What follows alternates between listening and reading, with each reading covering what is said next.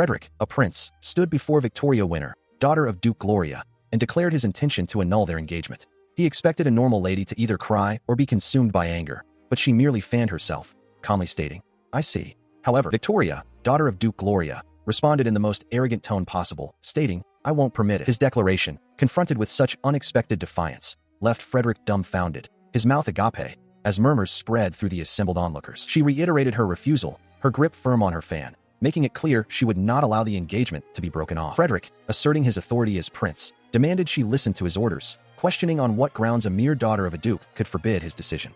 Victoria, however, remained unyielding, internally acknowledging her own remarkable arrogance, while Maria Kataria, the daughter of Baron Kataria, stood nearby. He then declared his love for Maria Kataria, explaining that this was why their engagement must be annulled. Maria looked on with a surprised expression. Victoria, a chilling smile gracing her lips, confessed that she loved him to the point she would murder him, acknowledging his declaration as a significant problem. Maria, standing beside Frederick, appeared visibly troubled by Victoria's words. Frederick and Maria froze in terror, believing Victoria's threat to be genuine. Yet, Victoria clarified, stating it was the first time she had loved someone with such enthusiasm. With a dramatic gesture, Victoria extended her hand towards Frederick, rose petals scattering around her, and commanded that he only had to stay by her side for the country to prosper. The onlookers gasped in astonishment. She stepped forward, her presence commanding attention as a wave of applause erupted from the assembled guests. Prince Frederick and Maria Kataria, caught off guard, exchanged bewildered glances, wondering what had just transpired. As the applause continued, Victoria turned her gaze first to Frederick, then to Maria, addressing her directly as the Baron's daughter. She pointedly remarked that Maria's house appeared to be in great need. Maria recoiled, a visible shiver running through her as Victoria's words struck a nerve. In the background, Frederick seemed to slump, his earlier defiance replaced by a weary resignation, while other guests watched the unfolding drama with a mix of apprehension and curiosity. Victoria continued, her voice carrying a chilling undertone as she explained the perilous path Maria would face if she were to become the prince's wife.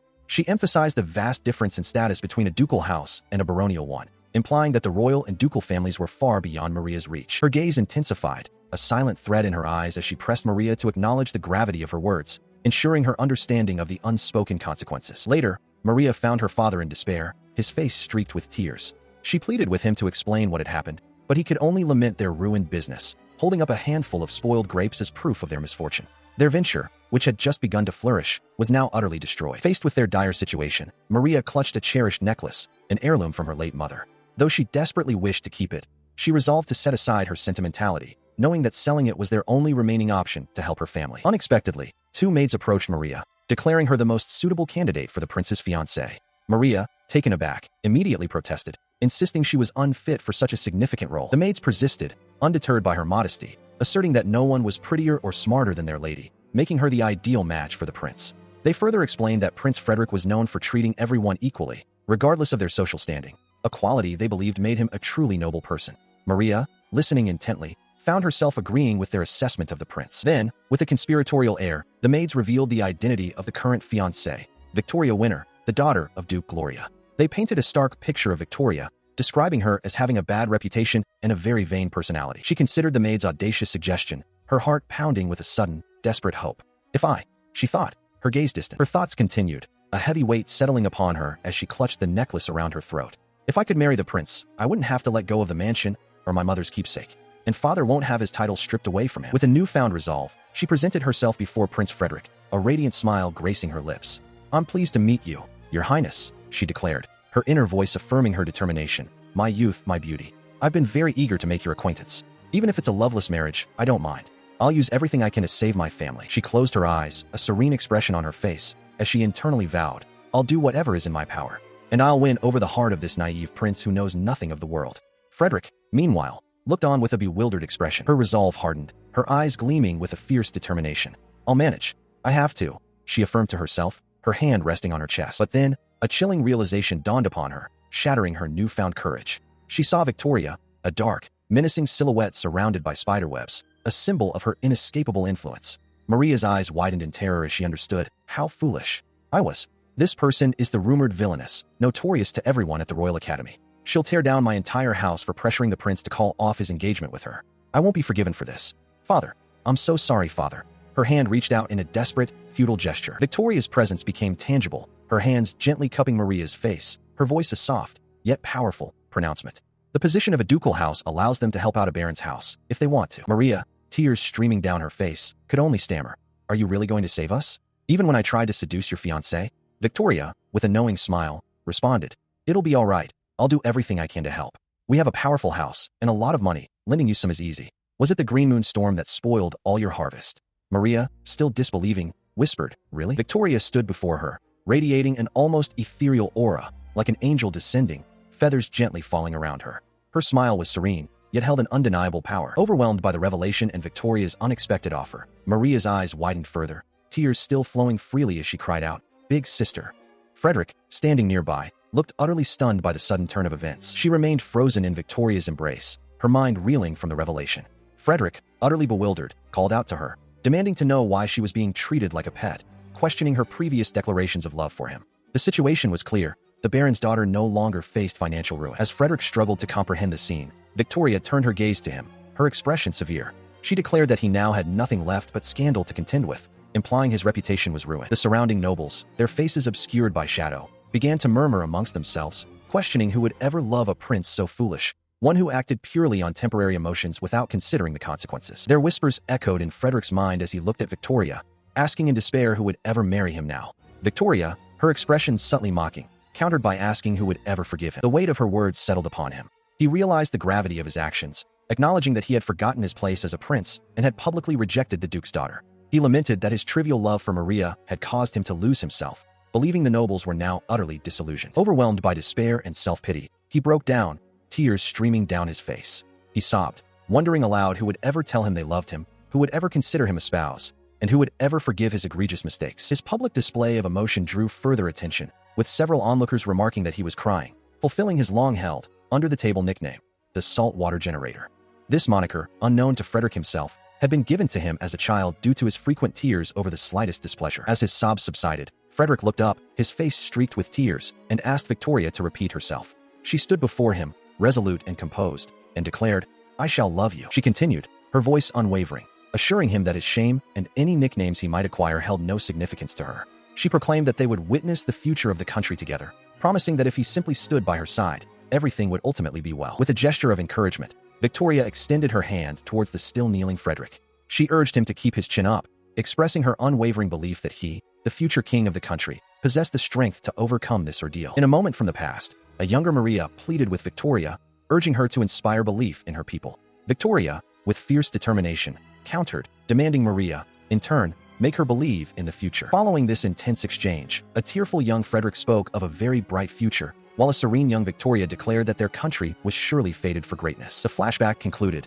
and in the present, the assembled nobles, captivated by the intensity of Victoria's recent speech, began to clap, their applause echoing the name of Frederick. As the applause continued, Victoria abruptly seized Frederick, reminding him that he had broken off their engagement earlier. He could only stammer a hesitant affirmation. Then, with a resolute gaze, she declared her solution. They would get engaged a second time, and she asked him to marry her. Overwhelmed by her unexpected proposal, he could only weep, tears streaming down his face. A few days later, the news spread throughout the city. Prince Frederick had ascended to the throne and became king. He was seen with Victoria, still tearful but accepting her offer, as she affirmed she would marry him. The citizens gossiped, marveling at Victoria's apparent dominance in the situation, with some questioning if today was truly the day for parades. As she walked, the whispers of the populace followed her, recounting how she had been the one to propose, even carrying his highness as if he were the princess. They spoke of her declaration to a servant that the future king would be with her from now on, smiling bar to bar, and how cool she was. The story of Victoria's actions had grown in the telling, spreading far and wide. During a grand parade, Victoria, now appearing as queen, rode alongside Frederick, who seemed to be enjoying the spectacle. The crowd cheered for her, calling her Your Majesty and praising her greatness, even as some remarked on her arrogant demeanor, concluding that it was precisely what made her so cool. Meanwhile, a sharp-featured noble observed the scene, listening to two women discuss Frederick. One woman claimed that even if he was rumored to be stupid, it only added to his charm, while the other agreed, finding him attractive. The noble, clearly irritated, scoffed, questioning if idiots were their type of man. Filled with a seething rage, the mysterious noble kicked a wall, cursing the royal wedding and parade. He believed the royals were nothing but trash, stupidly enjoying themselves while acting high and mighty. He continued to brood, recalling images of suffering people, convinced that the royals remained oblivious to the hardships faced by their subjects, while the common folk endured endless pain. Meanwhile, Queen Victoria and King Frederick rode through the capital, seemingly oblivious to such resentment. Frederick remarked that the king's clothes must be made of the finest fabric, changed 5 times a day, while Victoria added that the queen, using the best perfume brand, lived lavishly, with even a single slice of her cake costing over 5,000 gold. As they continued their procession, Frederick noticed Victoria's unusual quietness and asked if she was tired. Unseen by them, the mysterious noble watched from the crowd, his hand clenching into a furious fist, his hatred for them boiling over. Victoria, however, merely smiled, telling Frederick how adorable he was for being so concerned about her, then asked if he was even listening to her. Frederick, surprised, assured her that the capital was the safest city with incredibly strict security, but urged her to tell him immediately if she had any concerns. From the crowd, the mysterious noble aimed a rifle, his resolve hardened. He thought to himself that there was no going back now, and he would not regret his actions. His eyes narrowed with murderous intent as he declared, "King, you'll be the first." A shot rang out, but in a swift, unexpected movement, Victoria threw herself in front of Frederick, shielding him from the bullet. He gasped in shock as she took the impact. Rose petals, perhaps from her hair or dress, began to fall, scattering in the air. More petals drifted downwards, a silent testament to the violent act that had just transpired. She began to fall, her body collapsing amidst a shower of rose petals. Frederick, Maria, and the others watched in horror, their voices crying out her name in disbelief. As her elegant form descended, the festive procession erupted into pandemonium, the crowd recoiling in terror while the mysterious noble stood, still pointing, his deed done. Her face, once radiant, was now shadowed by the grim reality of the attack. A single trickle of blood escaped her lips, a stark contrast to the delicate rose patterns adorning her dress. The sight of her injury sent a wave of profound shock through Frederick and the assembled nobles and servants, their faces contorted in a mixture of horror and disbelief. Yet, despite the blood staining her lips, a faint, unsettling smile began to form, a chilling expression that defied the gravity of her wound and left onlookers utterly bewildered. The sniper, Tigger Ragu, was the eldest son of a poor family. His father, a former soldier, had injured his leg, leaving the two of them to subsist on agriculture. His father's frustration over his inability to move his leg, coupled with other concerns, led him to heavy drinking and physical abuse towards his son. He found himself burdened further by his little sister's poor health, which prevented her from helping much at the farm. She apologized for her weakness, but he reassured her, urging her to rest. He continued to toil, his thoughts consumed by his sister's worsening condition and their inability to afford a doctor. He internally declared that his father was not to blame, but rather those who caused their suffering. As he worked, a villager approached, excitedly sharing news of Prince Frederick's impending marriage and a grand parade in the royal capital, promising a delicious feast. Tigger Ragu's eyes narrowed, a deep-seated anger simmering beneath his calm exterior. His anger boiling over, he seized a rifle, demanding to know if the news was a cruel joke. He declared that the lavish food served by the royals was made from the sweat and blood of people like him. The royal procession passed by, displaying immense luxury while the common people suffered. He watched Prince Frederick and Victoria in their carriage, his hatred for them intensifying. He despised those who allowed the royal family to live in such extravagance. Suddenly, she was struck. The crowd erupted in murmurs, questioning if Victoria had been hit by a bullet, a direct hit. His eyes widened in shock, a mixture of horror and disbelief etched across his face. Despite the previous chaos, Victoria appeared remarkably composed, even as a trickle of blood stained her lip. Prince Frederick, however, was aghast, unable to comprehend how she could have taken a bullet for him. He urged her not to move, insisting on taking her to a doctor immediately, especially seeing her cough up blood. Victoria, with a dismissive wave, claimed it was merely a mouth sore and that she was not coughing blood, seeing no need for medical attention. He continued to question her nonchalance, reminding her that she had been shot. She simply shrugged off his concern, then revealed the secret behind her resilience. Her dress, an elaborate white gown, was intricately laced with orichalcum, specifically designed for such perilous occasions. Frederick stared, utterly bewildered by this revelation. Meanwhile, the surrounding crowd remained gripped by terror, their faces contorted in panic. Whispers of fear spread as they wondered if the shooter was still nearby, a chilling thought after the queen had just been targeted. The panic intensified, with citizens pushing and shoving, desperate to escape the potential danger. Cries of "Oh no, we have to get out of here, and he might shoot again," filled the air, mingled with worries about children.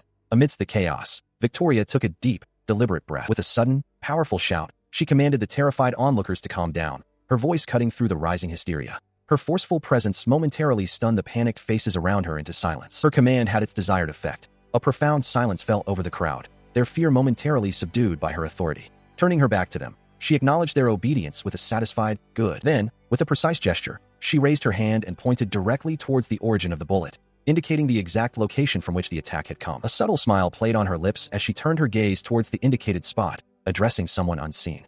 "Hey you," she called out, inviting them to emerge from their hiding place. From the shadows, a young man with spiky dark hair emerged, his expression defiant. He refused her invitation, stating that if she wouldn't come to him, he would simply have others bring her. Victoria's smirk widened, acknowledging his defiance with a "Good."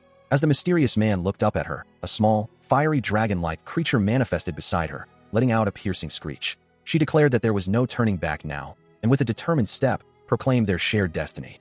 "The queen and I shall bloom and wither together." He stood with his weapon aimed, but before he could act, Prince Frederick lunged forward, attempting to shield Victoria and urging her to get down. She calmly dismissed his concern, stating she would be his shield and was equipped with orichalcum. She then asserted that a queen's position held more importance than a king's, leaving the surrounding crowd in a state of bewildered anticipation. As the mysterious man maintained his aim, warning that he was serious about shooting if anyone interfered, royal guards rushed forward, instructing Victoria to step back. Yet, she simply raised a hand, her voice firm as she commanded everyone to stay precisely where they were. With a resolute expression, Victoria declared that she was not the kind of woman who would idly stand by and watch her king get hurt. Prince Frederick, witnessing her unwavering resolve, looked on with a mixture of shock and awe. Her gaze sharpened, Victoria's voice dropped to a chilling promise. If her king were to suffer even the smallest scratch, the mysterious man would face her full wrath. The mysterious man stared, a flicker of admiration in his eyes, as he internally conceded that she was truly amazing. The surrounding crowd echoed his sentiment, their faces reflecting a mixture of wonder and surprise. Snapping out of his momentary awe,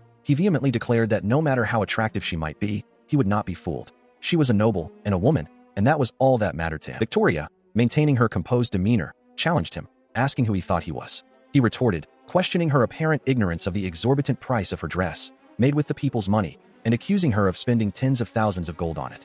She simply stated, "I'm the queen," and feigned ignorance regarding the cost. Growing increasingly agitated, he explained that royalty and nobles lived comfortably at the expense of the common people, asserting that her dress alone was likely worth more than they could earn in a lifetime.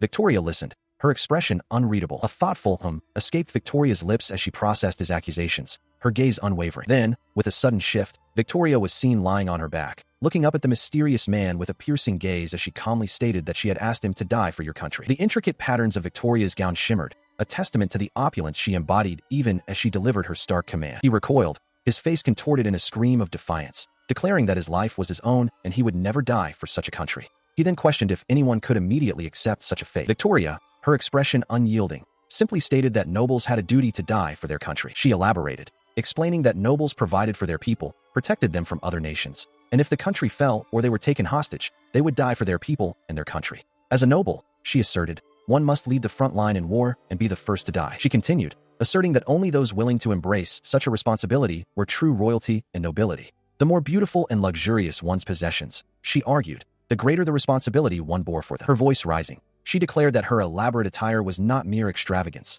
but an expression of her unwavering determination to always be there for her people. It was a symbol, she insisted, of someone willing to die to protect them all. The mysterious man, along with the surrounding crowd, stared back at Victoria, his face a mask of shock and bewilderment as her words resonated through the square. Prince Frederick, observing the scene, privately conceded that Victoria was likely the only one truly serious and determined about such a profound commitment, though he kept this thought to himself. Victoria turned her back to the assembled people, her voice carrying across the square as she reiterated that royalty and nobility existed solely to protect them. She then faced them once more, a gentle smile gracing her lips as she extended a hand, reminding them that the queen would always love her people, regardless of whether they hated or resented her. She concluded her impassioned address, declaring that if it meant protecting her people, she would happily offer her own life. The mysterious man remained kneeling before her, a discarded rifle lying nearby. As the crowd erupted in warm applause, she stood tall, while he continued to kneel, seemingly overwhelmed by her words. Then, she gently lifted his chin, urging him not to look down, but to look forward instead. A soft smile graced her lips as she promised to be there for him, and for everyone, whenever life became painful, vowing to do her best to help. The crowd cheered wildly, showering her with adoration as she waved. Yet, in a private moment, she coughed, a trickle of blood betraying a hidden ailment, a stark contrast to her public strength. Meanwhile, Prince Frederick, seemingly unaware of Victoria's struggle, cheerfully announced that the royal family would provide bread and wine for the upcoming wedding banquet, encouraging everyone to simply enjoy themselves without worry. Nearby, two attendants discussed the prince. One confessed she couldn't bring herself to hate him, despite his majesty breaking his engagement and lacking dignity, while the other reassured her that everything concerning her village would be taken care of later, urging her not to worry. After that pivotal moment, Tigger Ragu returned to his village and exposed the lord's scheme of excessive taxation. As a result, the corrupt lord was condemned and removed from power. Ragu himself was immediately arrested and imprisoned, but with the queen's intervention, he was released after approximately 3 months. A few months later, he volunteered and was recruited as a castle guard. With 2 weeks off a year, no overtime, and a good paycheck, he was finally able to afford medicine for both his ailing sister and father. His sister's health had significantly improved, and she was even able to take short walks recently, a development the doctor confirmed as truly positive. Prince Frederick stood with an older man, discussing a letter of introduction. The older man explained that without the anonymous letter, he would not have come, suggesting Frederick thank the sender instead of him. Frederick, now alone, blushed deeply as he recalled the peculiar signature on the letter: Saltwater Generator's Lover Forever. He scoffed, wondering if a more suitable name could not have been found. Meanwhile, Victoria sat composedly, sipping tea. She declared the name the best she had ever heard, expressing her pride in it. Yet, she questioned why it wasn't signed normally, reminding Frederick that they were, after all, lovers. As they sat together outdoors, Frederick attempted to defend his naming sense, insisting that General was a great name. Victoria, however, remained unconvinced, recalling his past attempt to name the court's guard dog, General, as proof of his poor taste. Victoria's teacup clinked softly as she set it down, her gaze fixed on Frederick. She then addressed him directly, preparing to ask a significant question. Frederick flinched, nearly dropping his teacup in shock as Victoria sharply questioned why he had tried to break off their engagement. He stammered, attempting to explain that his actions were not serious. Victoria's expression remained stern and unwavering, her eyes fixed on Frederick, demanding a truthful answer. She turned away, her long hair sweeping, and confessed that he had always been so strong and powerful, so cool, that he had made her lose confidence as a man. Frederick listened, his gaze downcast. Frederick's mind drifted to a memory of another young woman, her eyes teary, who had made him lunch and offered him a towel after riding. He recalled how happy she made him, and how she had wanted him to choose her in front of everyone. His feelings had been deeply shaken then, and he had chosen her. Victoria suddenly pressed Frederick against a wall, her face inches from his, an intense gaze in her eyes. He gasped in shock, but she simply told him it was all right, that he was attractive. He found himself pressed against the surface as Victoria leaned in, her gaze intense, declaring that he was the cause of her actions. Still reeling from the unexpected intimacy, he covered his face in embarrassment, asking her to stop. She, however, found his flustered state endearing, remarking that he might be a fool, but he was honest and adorable. Victoria then looked at him with a knowing smile, challenging him directly, asking if he truly didn't mind her advances. He, still blushing but with a hint of resolve, admitted that he did not mind. Victoria's touch on his cheek was gentle, and he softly uttered her name, a silent acknowledgement of his feelings. With his unspoken consent, Victoria leaned further into him, pressing a passionate kiss upon his lips as he remained seated, overwhelmed by her assertiveness. Their faces drew closer, locked in the embrace, the world around them fading into a blur. Amidst the intensity, a flicker of determination ignited within him. He realized he could reciprocate such affection. Victoria, eyes closed, wore a serene and contented smile, clearly pleased with the turn of events. As she continued to shower him with kisses, Victoria internally confessed that she was not accustomed to initiating such gestures. He, however, was already contemplating how to return the favor. Victoria finally pulled back slightly, calling his name, leaving him utterly flustered and leaning against the chair, his mind reeling from the passionate encounter. Rose petals lay scattered across the manicured grounds, silent witnesses to the passionate moment that had just unfolded. He found himself on the ground amidst the fallen petals, Victoria kneeling over him, her expression one of triumphant affection. She gazed down at him, her smile unwavering, and declared with absolute certainty that he was, and always would be, her man. Still reeling from her bold assertion, he sat up, muttering to himself about being pushed down by a girl. Nearby, an attendant offered to prepare his lunches and hand him towels, seemingly oblivious to the intimate exchange. At a certain salon, a group of noble women gathered. One of them leaned in, asking Lady Delphine if she had heard the rumors circulating about Lady Victoria.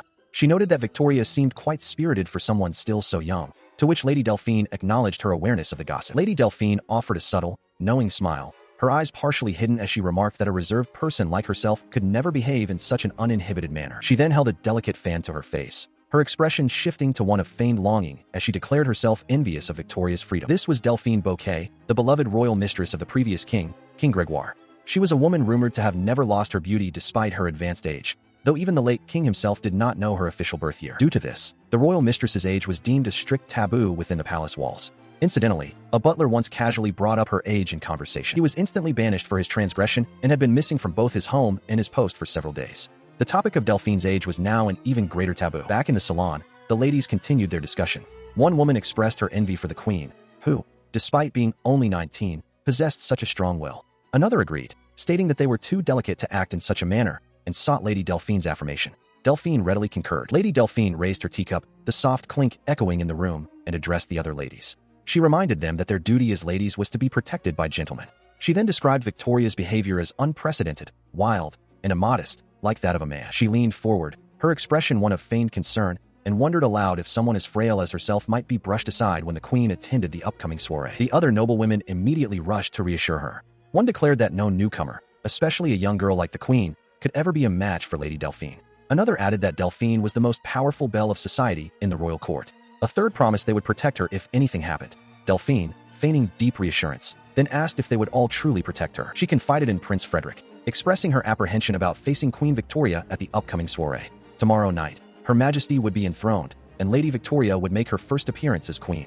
She had never met Her Highness before, and a curious twist of fate made her wonder if Victoria might already dislike her. Her expression shifted slightly, a subtle smile playing on her lips as she continued to ponder the situation. She then mused about the relief her anxious heart would feel if Her Highness were to decide against attending the soiree. Meanwhile, the other noblewomen present exchanged glances, a dawning realization spreading across their faces. They understood that Delphine was subtly attempting to shut the queen out from high society. The ladies, recognizing Delphine's power, silently agreed to her unspoken request, but one young woman, Sarah Magna, declared her enthusiastic support. She proclaimed that for Lady Delphine's sake, she, Sarah Magna, would thwart Her Highness. Delphine offered a polite thank you to Sarah, though internally she recognized that Sarah's directness was not a tool she could effectively use in her delicate schemes. Unaware of Delphine's true thoughts, Sarah continued, winking playfully. She suggested that Her Highness should not attend the soiree with a stomach ache, and proposed sending many gifts, one of which would be poisoned, to be fed to the queen. She believed this would merely cause a stomach ache, failing to grasp the true lethality of her suggestion. The other ladies gasped in horror, their minds racing to the dire consequences of such an act. Normally, such an offense would mean banishment, but if the poisoning were discovered and the mastermind known to be the former king's mistress, it would be considered treason, punishable by death. One of them cried out for Sarah to stop. Undeterred by their alarm, Sarah struck a confident pose, insisting that a knight must bring results if they are to do anything at all. She promised to deliver for Lady Delphine, telling her to rest in peace, a phrase used entirely out of context, causing the other ladies to flinch in disbelief and fear. As Sarah departed from the grand estate, the other noblewomen called out to her, desperately trying to stop her, realizing that Sarah Magna, the daughter of the Marquis, wasn't the brightest after all. Having departed to execute her ill-conceived plan, the focus shifts to the Queen's private chambers. There, Queen Victoria stood, her expression thoughtful, as she surveyed the opulent surroundings of her bedroom. She then turned her attention to a collection of gifts arranged on a nearby table. One item, in particular, appeared rather tattered, yet she mused that it seemed to have been given with good intentions. Upon closer inspection, the gifts revealed themselves to be an odd assortment. A peculiar bird-like toy, a star-shaped emblem, and a box of black tea, noted to have already expired. Holding the bird-like toy by a string, she regarded it with a discerning gaze, ultimately dismissing it as mere garbage. Moments later, in a different setting, Victoria observed a bottle of wine and a single glass, her presence suggesting another moment of quiet contemplation. Elsewhere, two royal guards lay incapacitated on the floor, seemingly overcome by some unknown force. Sarah Magna, witnessing the scene, gasped in shock, exclaiming that the wine involved was worth 10 million gold. One of the fallen guards, still conscious enough to speak, weakly declared his intent to protect Lady Delphine. Sarah Magna then embraced Delphine Bouquet, her face beaming with adoration as she expressed her desire for Delphine to love her even more. It was clear that for Sarah, Delphine was not merely a mentor, but her master, her idol, a figure she admired with an almost bothersome intensity. A few years prior, at a social gathering, noble women discussed Sarah Magna. One inquired about her identity, to which another responded that she was the daughter of Marquis Magna, an eccentric, almost peculiar individual. A third lady advised against becoming too involved with her. Back in the present, Delphine Bouquet's eyes narrowed slightly, her gaze fixed on someone or something unseen, her expression unreadable. As Delphine stood among other noble women, Sarah Magna approached her, suggesting it was dull to simply stand around, and invited Delphine to join the other ladies. Delphine, however, seemed hesitant, her response brief and noncommittal. She had once entertained Sarah Magna with interesting stories at Sarah's first social gala, even laughing at her own tales. That kindness alone had saved Sarah, who still remembered Delphine's words, the more the merrier. Yet, in the present, Sarah Magna stood with a glass of wine, urgently commanding someone to gulp down that stomach-ache wine for Lady Delphine's sake. She continued to insist, her expression a mix of determination and a strange, almost naive, enthusiasm, urging them to go. Sarah Magna cried out, questioning why, as she was mercilessly played like a fiddle, still sniffing the wine and repeating her command. Do it. Suddenly, Delphine Bouquet appeared, slamming a door shut with a decisive flick of her hand, cutting off Sarah Magna's strange pronouncements. Sarah Magna's face contorted in shock and fear, while Delphine Bouquet maintained a stern, unyielding gaze. Delphine turned her back, dismissing Sarah's attempts to speak with a sharp "Don't give me that." She then asserted her authority, reminding Sarah that she was the daughter of Marquis Magna and should address her properly if she had business. Sarah Magna gasped, a look of wide-eyed astonishment on her face. She realized, with a sense of wonder, that there were indeed people in this world who looked down on others from such a high vantage point. Surrounded by numerous gifts, Sarah Magna tried to explain, claiming she had nothing to conceal, but her words trailed off, unable to articulate her true intentions. Delphine Bouquet, now revealed as the queen, fixed Sarah Magna with an intense gaze and commanded her to speak up, declaring that she, the queen, would hear her out. She stood before Sarah Magna, radiating an aura so dazzling and incredible that Sarah felt overwhelmed. Delphine, the queen, confirmed that Sarah could indeed ask for anything she desired. Despite Delphine's generous offer, Sarah, with a serious expression, immediately requested that the queen not attend the soiree scheduled for the following day. Delphine, surprised by the abrupt demand, inquired about the reason. Sarah, flustered, insisted it was a secret, but explained it was for the sake of someone important to her. reiterating her plea for Delphine to skip the soiree. Considering Sarah's words, Delphine mused aloud, wondering if the person in question disliked or feared her. Sarah quickly confirmed that the individual was indeed afraid of her highness. Delphine, now alone in her thoughts, realized that the queen would naturally take offense if asked to miss a royal event without a compelling reason, and she wondered if she would become angry. Meanwhile, Sarah's mind raced, consumed by panic. She imagined herself being arrested and thrown into a jail cell, fearing the dire consequences of her audacious request. Her panic intensified as she envisioned an even grimmer fate, being hanged for her perceived rudeness. The thought sent shivers down her spine. Delphine's calm voice cut through Sarah's spiraling fear, urging her to compose herself. Sarah, still in a state of frantic worry, tried to explain her reasoning, but her words were lost in her panic as she desperately tried to prevent Delphine from attending the soiree. Delphine's expression hardened, her gaze piercing as she reminded Sarah that she stood in the presence of the queen, commanding her to compose herself. Delphine then softened her gaze, acknowledging Sarah's actions. She stated that she understood Sarah had put her own life at risk to stop her, all for the sake of a precious friend. Sarah, kneeling, was overwhelmed by Delphine's understanding, finding her glorious, even more so than the king, despite her surprisingly low, deep voice. She acknowledged Sarah's devotion, even as Sarah, still reeling from the queen's earlier calm acceptance, stammered, admitting she had used a poison to induce a stomach ache in her highness. Suddenly, a fierce roar echoed through the room, a powerful, almost bestial aura emanating from the queen as she declared, "Enough." Sarah recoiled in terror, letting out a small shriek. As the queen turned her back, her voice firm, she commanded that no one else should ever know of this incident, and that Sarah should leave. She mused internally that she was the only one who knew of the poisoned wine. Her thoughts continued, acknowledging that some might deem her decision too lenient, and that a queen would be considered exceedingly soft to forgive an attempted poisoning. Yet, she cared not for such opinions. She then declared, her voice carrying a profound weight, that if Sarah's actions stemmed from loyalty, she would forgive them.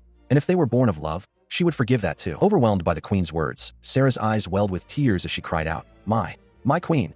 The queen, with a subtle smile, reiterated her forgiveness, even if Sarah knew her actions were evil. The chronicler noted that "My Queen" was the wrong title. Meanwhile, servants passing by in the corridor paused, captivated by the unfolding drama, murmuring in awe and clapping softly, a testament to the queen's commanding presence. Unfazed by the onlookers, the queen turned to Sarah once more, instructing her to inform that precious person of her words before tomorrow's soiree. She declared with unwavering resolve that she would not back down, nor would she flee. With a final, powerful statement, she proclaimed that they would face each other at the soiree, her long hair flowing behind her as she departed. The servants, still gathered, overheard the queen's declaration, and one of them questioned if it was a duel, a clear misunderstanding of the true nature of the impending confrontation. She let out a soft humph, a subtle smirk playing on her lips, as if anticipating an amusing turn of events. Moments later, a pair of grand double doors slammed shut with a resounding force. Inside what was known as the queen's dressing room, a faint creak echoed, and a viscous, dark green liquid began to drip ominously onto the floor. The figure, shrouded in a dark cloak, moved with a swift slash, splattering more of the green substance across the room,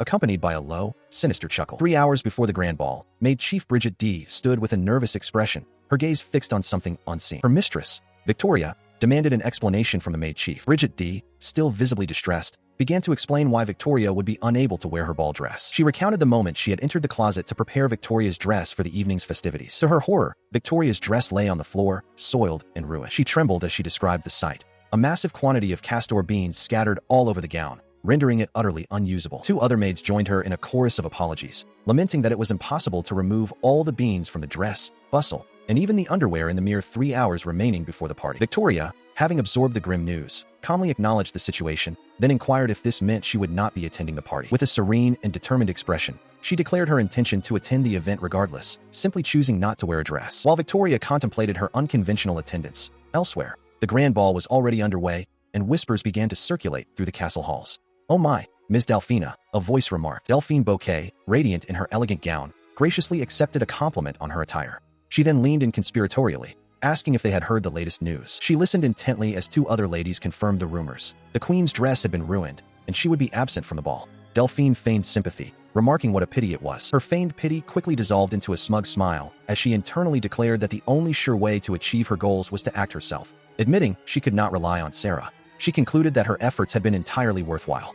Meanwhile, Sarah Magna, visibly upset, exclaimed about the queen's predicament, while another lady expressed her concern, stating she could not let this continue. Delphine reveled in her triumph, surrounded by the admiring gazes of other attendees. She inwardly celebrated her victory, proclaiming that the social circle now belonged entirely to her. Holding her fan delicately, she reflected on the implications of the queen's absence.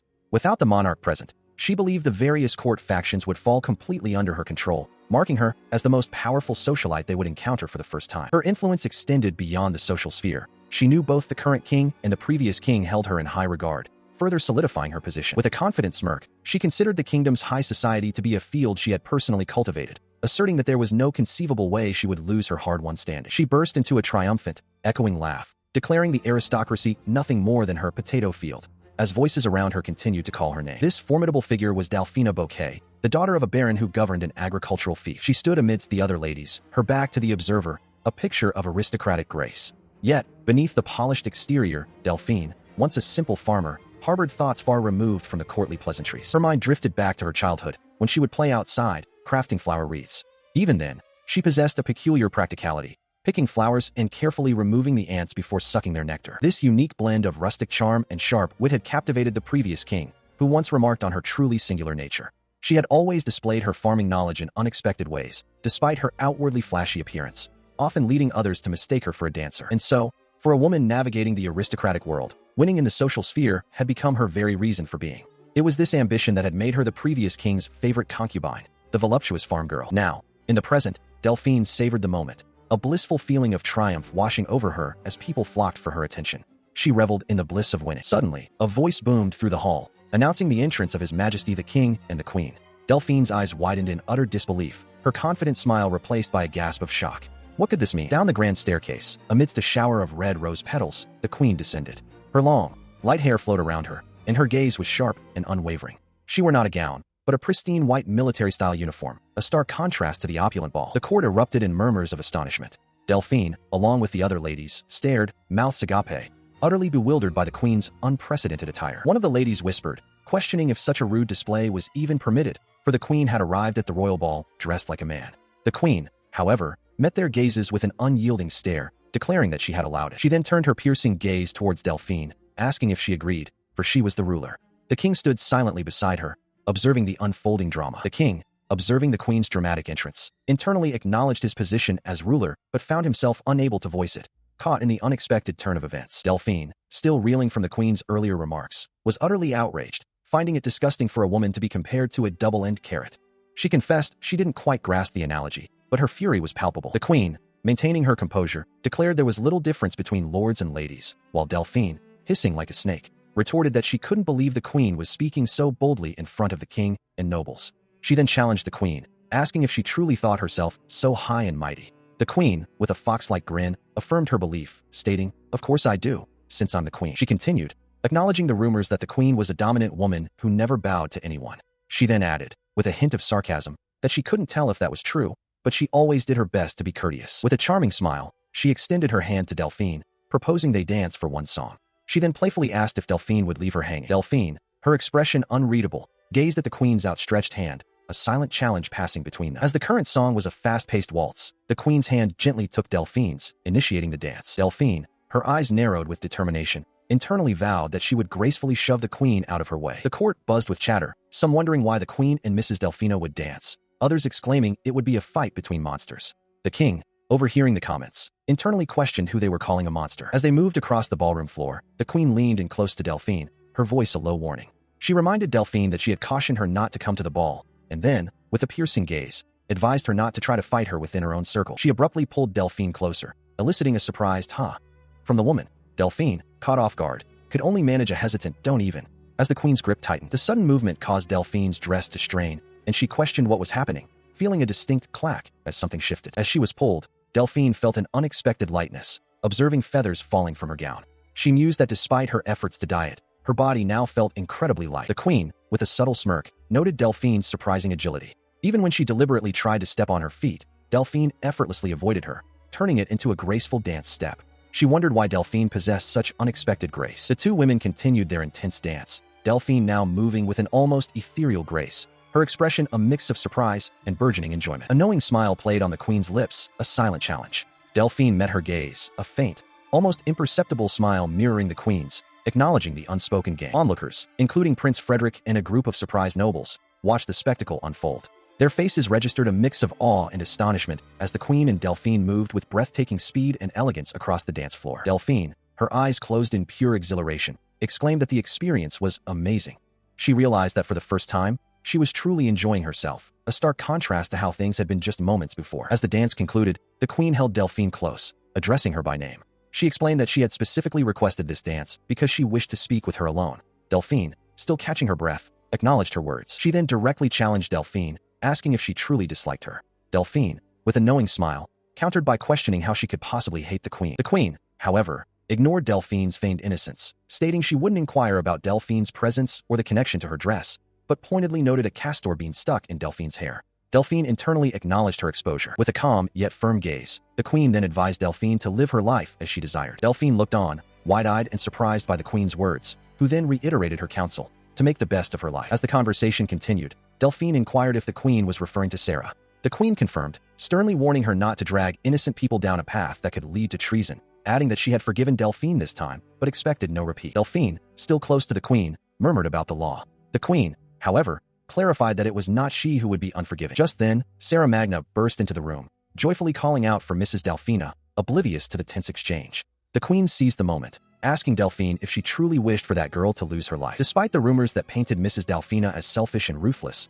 the truth was that she was never truly adept at coldly severing ties with people. The servants who were said to have vanished after daring to mention her age were, in fact, not truly missing.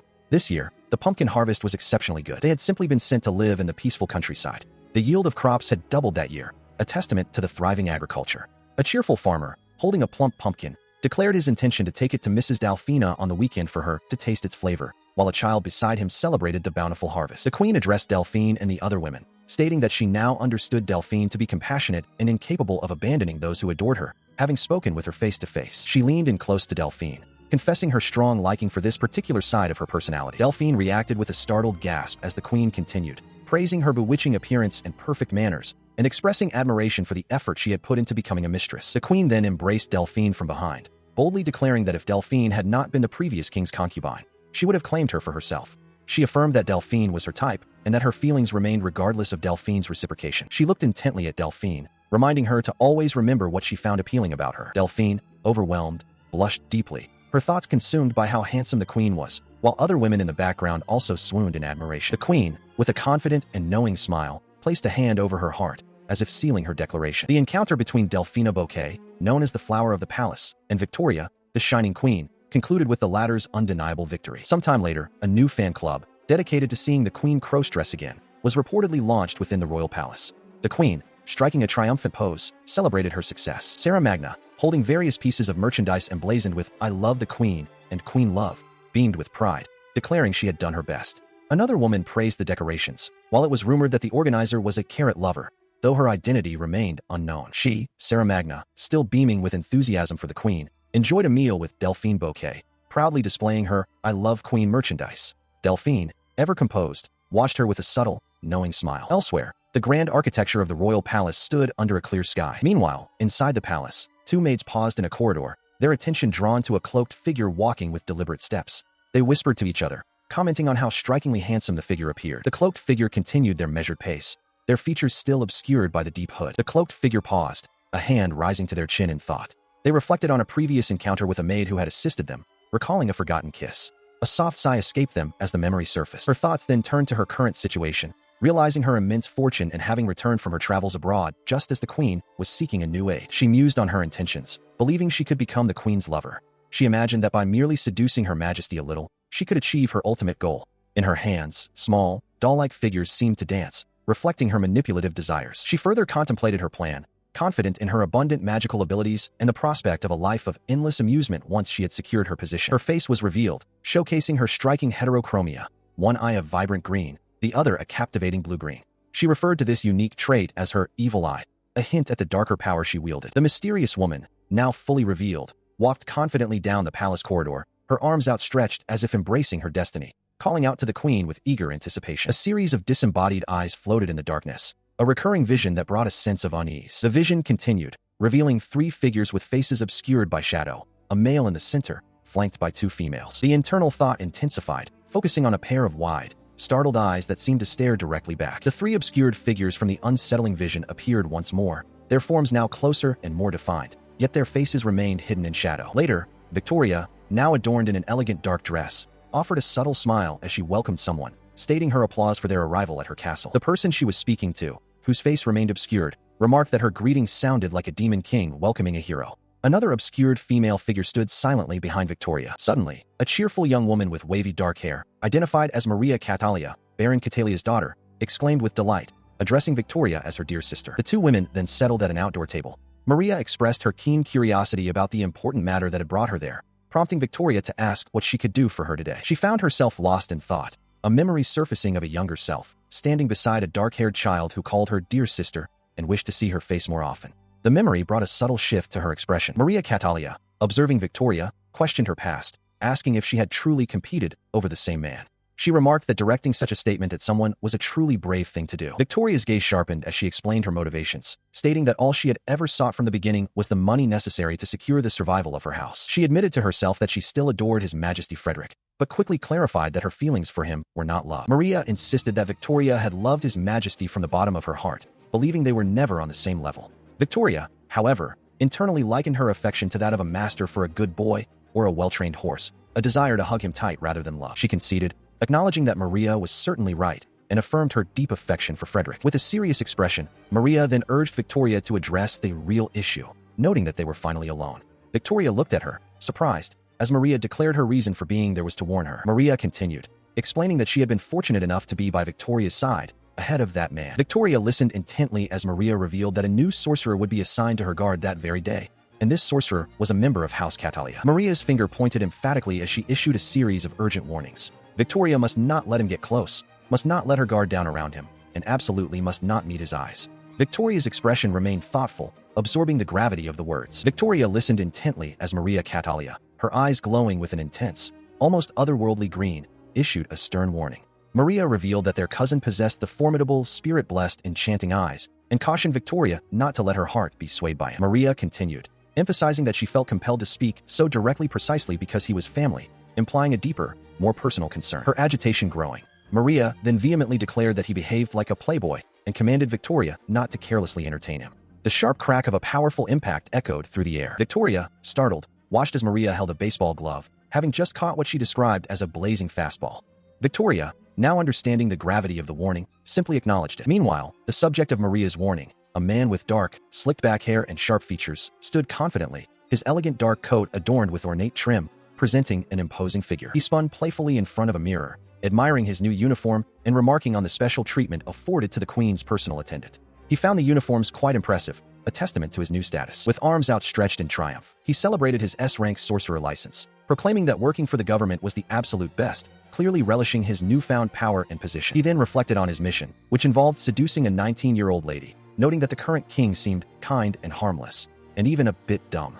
He paused, admiring his own reflection, and wondered aloud if he looked extremely handsome that day, revealing a profound narcissism. Still captivated by his own image, he knelt by a pool of water, gazing at his reflection and declaring that he had found a truly beautiful man. He believed any girl would be delighted to be approached by such beauty, especially since they were known to love bad boys. The chronicler observed that his statements were excessively impudent, and the shallowness of his thinking made it difficult to believe he held such a difficult-to-obtain sorcerer license. Despite this, he remained focused on his ultimate goal, becoming the Queen's lover to secure his future for life. He was known as Michael Catalia, a genius who had passed the sorcery exam without any prior study. This man exemplified the fine line between genius and stupidity, and he possessed the spirit-blessed mystic eyes, capable of seducing anyone who gazed into them, regardless of gender. A shiver ran through the young man beside him as Michael, with a sly smile, declared his eagerness to see his little queen soon. Meanwhile, in a lavish room, Victoria and Prince Frederick discussed the unsettling feeling. She sensed an insolent person and felt chills, believing something deeply disrespectful had been said, prompting them to be on guard. Victoria held a letter, wondering if this unpleasant feeling was a premonition. Prince Frederick, observing her, advised her to maintain composure, reminding her that abruptly leaving would put their guest at a loss. She calmly stated that whatever was destined to happen would occur, regardless of attempts to prevent it, and whatever was not destined would not.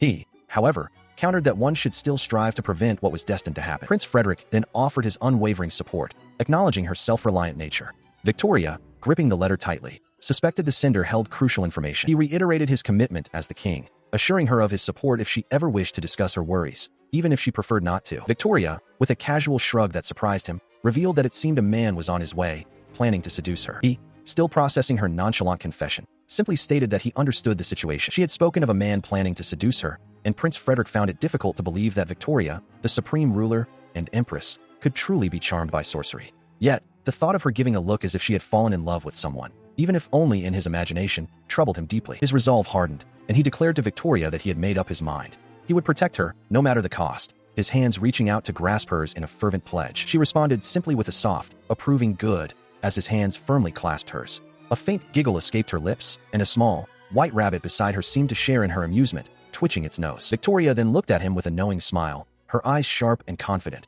expressing her gratitude for his dedication. Meanwhile, in a different part of the palace, Maria Catalia luxuriated in a bath filled with rose petals, sighing contentedly as she enjoyed the warmth and comfort. She reflected on how the image of her as the lowly woman who knows not her place and tried to steal the prince seemed to be largely forgotten. The maids were so kind, and she found the royal court surprisingly comfortable, wishing she could live there permanently. The commotion surrounding the broken engagement had been sloppily swept under the rug, ultimately resolved when the queen herself wooed the king. An elderly couple observed that it was like a lover's quarrel, while others commented on the country's messy state. Maria continued her thoughts, noting that her dear sister hadn't said anything more about the matter.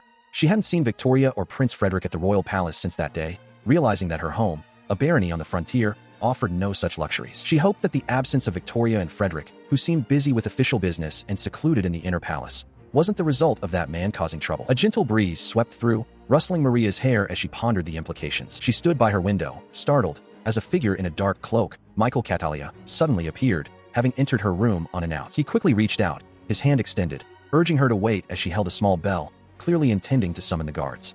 He muttered that he was quite suspicious. The bell she held was a magical item, designed to produce a loud sound that would spread throughout the castle, calling all soldiers to attention. Michael warned her that if she rang it, he would be arrested, demanding to know what she was doing. He then confidently remarked that most girls would squeal with happiness if he visited them in the middle of the night, given his handsomeness. Maria, however, retorted, reminding him that despite being cousins, such an unannounced entry through a lady's window was bound to cause trouble. He continued his playful banter, asking if she wouldn't fall for him, but then shifted his focus, leaning in close to her. He called her name, Maria, and directly questioned if she had given the little queen any funny ideas. She denied having done so, her expression thoughtful as she repeated his unusual term, little queen. He reacted with an outburst of frustration, calling her a liar and emphatically telling her not to lie to him, while she simply sighed, finding him a pain. He then changed the subject, explaining that he had been assigned to the palace 3 days prior, but had yet to meet his dear queen. He questioned what was happening. She suggested that perhaps the queen simply hated him, noting that she was clearly avoiding him. He burst into laughter, dismissing her suggestion entirely, convinced there was no way the queen hated him, much to Maria's irritation. He boasted of his meticulous 3-hour skincare routine, his light makeup, and his incredible fashion sense, claiming that with his mystic eyes, all the ladies would fall to their knees for him. He had never encountered trouble with women abroad. Maria, however, appeared exasperated, acknowledging his efforts to improve his appearance and his ability to charm with his mystic eyes, but she questioned his boundless confidence, wondering if he truly believed he should be irresistible by now. He paused, deep in thought, considering his next move. He then confidently asserted that it would be fitting for a man as cool and intelligent as himself to become the queen's lover, believing his queen would be ecstatic to be loved by someone like him. Maria, with a serious expression, internally declared that she could not allow him to get close to her dear sister, the queen. She admitted interest in the benefits that would come to House Catalia if he became the queen's lover, but still found herself questioning the source of his endless confidence. Suddenly, Michael announced it was getting late and bid her good night, abruptly pushing her out of the window. Maria cried out in surprise as she fell, landing with a crash and a thud. As he clung precariously to the wall outside, Maria peered down from the window, playfully mocking him by calling him a cicada. He retorted that she sounded awfully happy despite the circumstances. Still clinging to the wall, he sighed in frustration, realizing that she was indeed getting in his way after all. Maria, with a sly, confident smile, declared her intention to make the queen, whom Michael loved so much, fall for her instead. He considered his next move, thinking that if he initiated a conversation about the secret to beautiful, silky smooth skin, and it went well, his plan would be successful. With that thought, he released his grip from the wall. He soared through the night sky on his broom, a confident smirk playing on his lips as he declared that no girl could ever resist his charms. Below, Maria Catalia watched from a window, a sigh escaping her as she thought of him. She mused that for someone blessed with such enchanting eyes, his seduction techniques had always been remarkably transparent. 3 days later, within the inner palace, Princess Alara sat opposite Prince Frederick, calmly stating her desire to go outside. He looked at her, his expression filled with surprise and concern, asking if she no longer wished for his protection. She firmly replied, no, then clarified, touching her temple, that his protection was not the issue. His worry persisted, and he leaned in, expressing his fear that the moment she stepped foot outside, another man might take her away. Alara's eyes widened in surprise at his words, before she declared with a powerful stomp of her foot that there was no chance she would ever choose someone other than him. She then burst into a joyous, almost manic laughter, proclaiming that his unease was splendid and that she loved it, reiterating that she could never adore, love, cherish, and treasure anyone else as much as him. Frederick could only watch, overwhelmed by her intensity. He recoiled slightly, asking her to hold on a bit more, but she simply dismissed his plea with a wave of her hand. For now, she was to remain in the inner palace until an anti-magic ring, currently being produced at the Alchemist's Tower, was complete, a device capable of nullifying enchanting effects. She thought there was no need for her meals and dressing to be taken care of, but the sound of a spoon clinking against a dish suggested otherwise. He exclaimed that if someone were to disguise themselves as a maid or butler, they might not have been able to see through it. He continued, imagining a scenario where, after turning the kitchen into a battlefield and burning it to the ground, he would still be expected to cook for her. He wondered aloud if she was some kind of feudal lord. He then looked sheepish, admitting that he had no right to criticize others. The dish before him, a lumpy, unappetizing concoction, seemed truly sinister. He recoiled in disgust, but then, with a determined grimace, he forced himself to take a bite. He apologized to Victoria, who calmly continued to eat her own meal, seemingly unfazed by the situation as he watched her with wide, surprised eyes. She wiped her mouth delicately, then looked at him with a gentle, yet firm, expression, declaring that a meal prepared by her beloved could not possibly be horrible. She acknowledged that she should not lock him up and feed him such terrible food, but affectionately called him sweetheart. He blushed intensely, realizing that was not the point of her statement. Yet a moment later, he looked away, sparkling with admiration, finding her actions so cool. She continued, explaining that until his protection could be secured, she intended to remain by his side, looking after him, as the possibility of him falling victim to a spell was always present. He listened, a worried expression on his face. He lamented his efforts, having worked so hard to distinguish himself. Yet he knew if he were swept away by Victoria's overwhelming presence once more, the outcome would be the same, as always, a complete loss for him. Meanwhile, Victoria regarded him with a possessive, almost predatory smile, her eyes gleaming as she declared that he should be utterly filled with her love. His face contorted in a mixture of distress and resignation, a single, drawn-out, yes, escaping his lips, followed by the internal admission of an instant, inevitable loss. Suddenly, a deafening boom echoed through the room as the door behind them exploded inward, sending splinters flying. Frederick recoiled in terror, but Victoria held him tightly, her gaze sharp and unwavering amidst the chaos. The hands of the clock slowly advanced, marking the passage from the dead of night, past midnight, and into the early hours of the morning. Suddenly, a woman jolted awake, her eyes wide with a lingering sense of unease, beads of sweat forming on her brow as she gasped for air. Still breathing heavily, she slowly pushed herself upright in the bed, her expression etched with a quiet anxiety. Later, now fully dressed in her ornate robes, she stood before a grand building, a wide, almost mischievous smile on her face. She cheerfully announced that she had been assigned the night watch and wondered aloud if anyone would be willing to take her place, finding the duty a nuisance. Her request was met by two robed figures, one of whom, Michael, sternly informed her that they had other important tasks to attend to. He insisted she fulfill her own assigned duty, his eyes briefly glowing with an unsettling intensity as he spoke. Despite Michael's stern words, she thanked them profusely, and to her surprise, he and his companion agreed to take her night watch shift. However, as he confirmed their agreement, Michael suddenly cried out in pain, clutching his hand, a sharp sensation indicating Natalia had used her mystic eyes on him. Just then, an older, bespectacled captain appeared, his face contorted in anger. He loudly reprimanded Natalia, reminding her that using her mystic eyes within the royal court was strictly forbidden, especially without her anti-spiritual glasses. Michael and his companion looked on, stunned by the outburst. The captain continued his stern lecture, informing Natalia that Her Majesty had decided to remove her from guard duty for the next few days as punishment. He further instructed her to make up for all the shifts she had previously skipped. Natalia, however, seemed more concerned with her inability to see the queen than with the disciplinary action. Dismissing her complaints, the captain ordered her to get going, pointing her towards a room where she could find what she needed. He warned her that ghosts and monsters occasionally appeared at night and that she should deal with them. Natalia, still grumbling about not having a pretty nice broom for security purposes, entered the designated room. Inside, she discovered an old, worn-out broom, its condition suggesting it would break if any magic were applied. Despite her misgivings, she decided it was time for her nightly drive. As she attempted to take flight, the broom wobbled precariously, nearly sending her tumbling to the ground. She desperately urged the rickety broom onward, commanding it to keep flying, to not stop now. This old thing was proving utterly useless, and she demanded it try harder. Despite her pleas, the broom sputtered and gave out, sending her plummeting through the night sky. She screamed, realizing she was not prepared for a freefall. As she plunged, a wave of terror washed over her. The height was immense, and she knew she would perish if she couldn't use magic. Yet, in her panic, she couldn't even utter a proper chant. Moments later, a door within the royal chambers burst inward with a violent crash, sending splinters flying.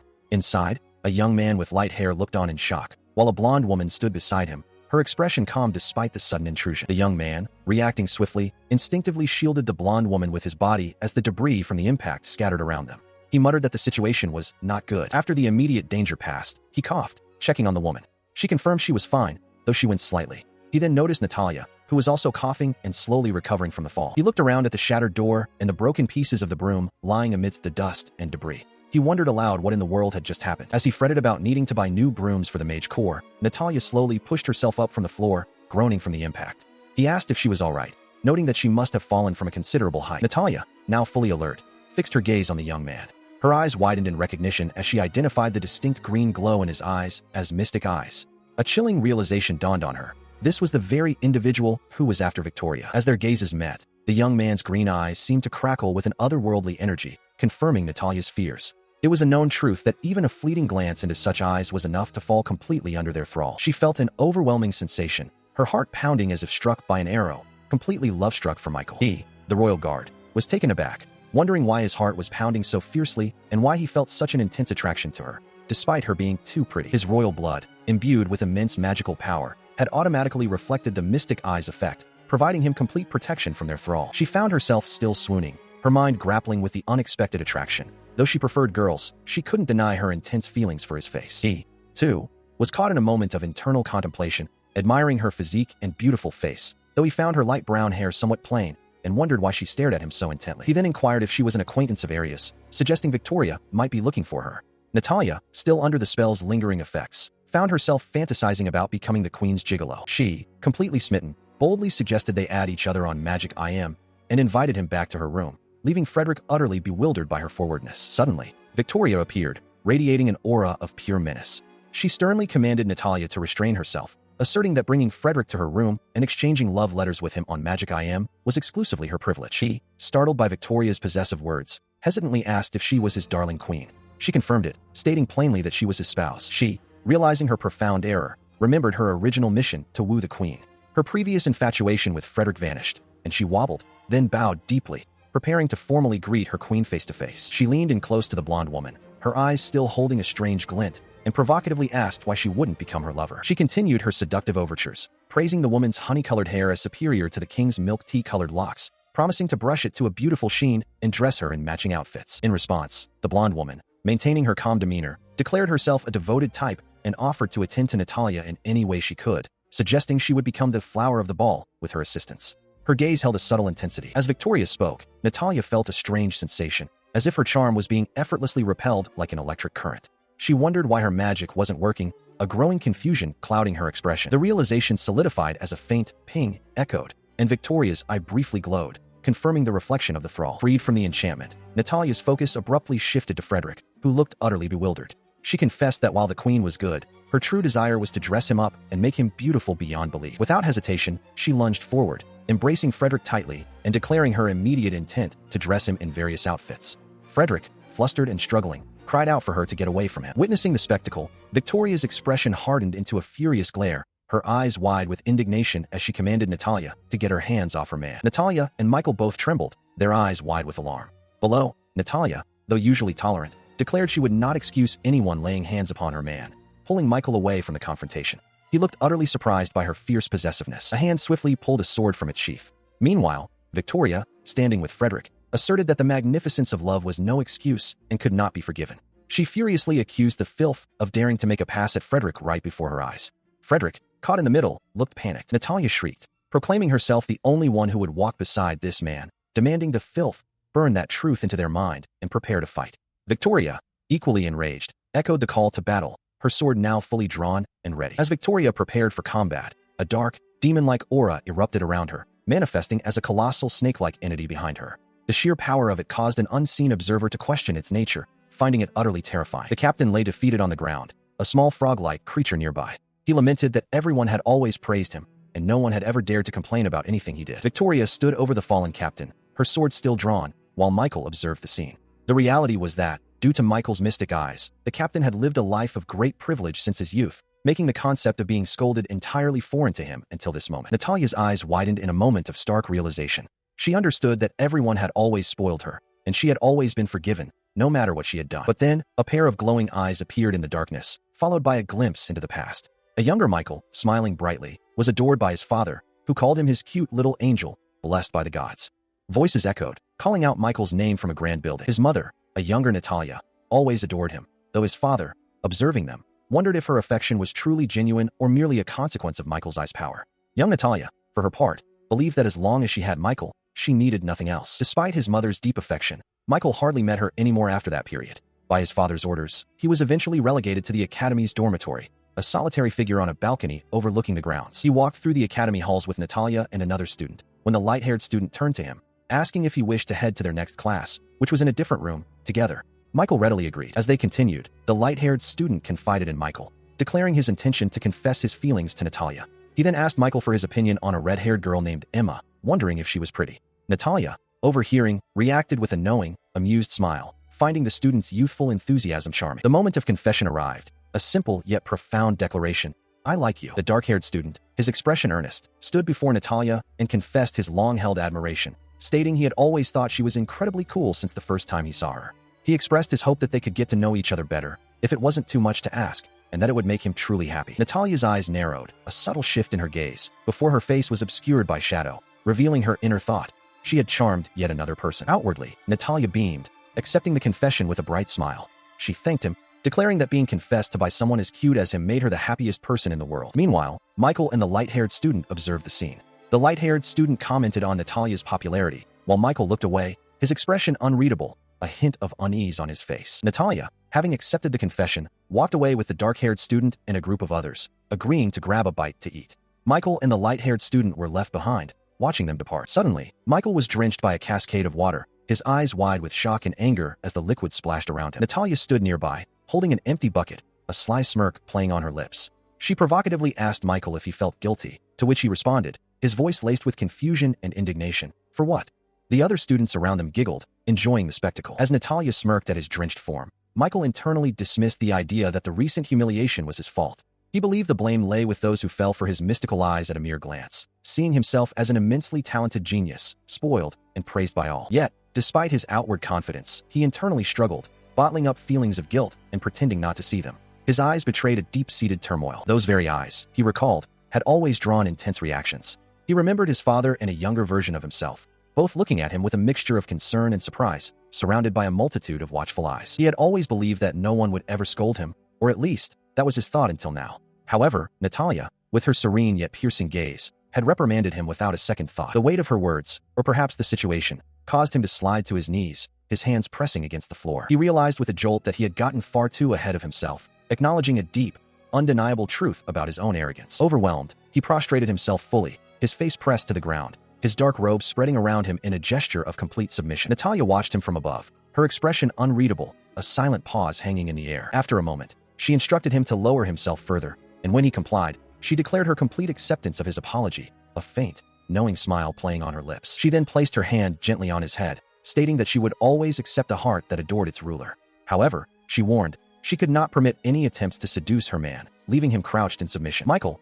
asserting his position as the king and queen's foremost confidant and a member of the mage corps, declared to Victoria that if she truly loved her ruler, she should allow herself to be taken. Victoria, reflecting on his words, recalled the image of a mage adoring their ruler, as Michael's declaration echoed in her mind. He would allow her to become his. Suddenly, a young woman with dark, wavy hair, Maria, burst into the room, her eyes wide with shock as she exclaimed, "Dear sister." Deja vu. The student male nearby also appeared startled. As Maria walked away, Michael permitted the use of a certain title, while the student male wondered if the two women were related, perhaps explaining their similar appearance. Moments later, Maria rushed back in, calling out to Victoria, believing a meteorite had struck the building.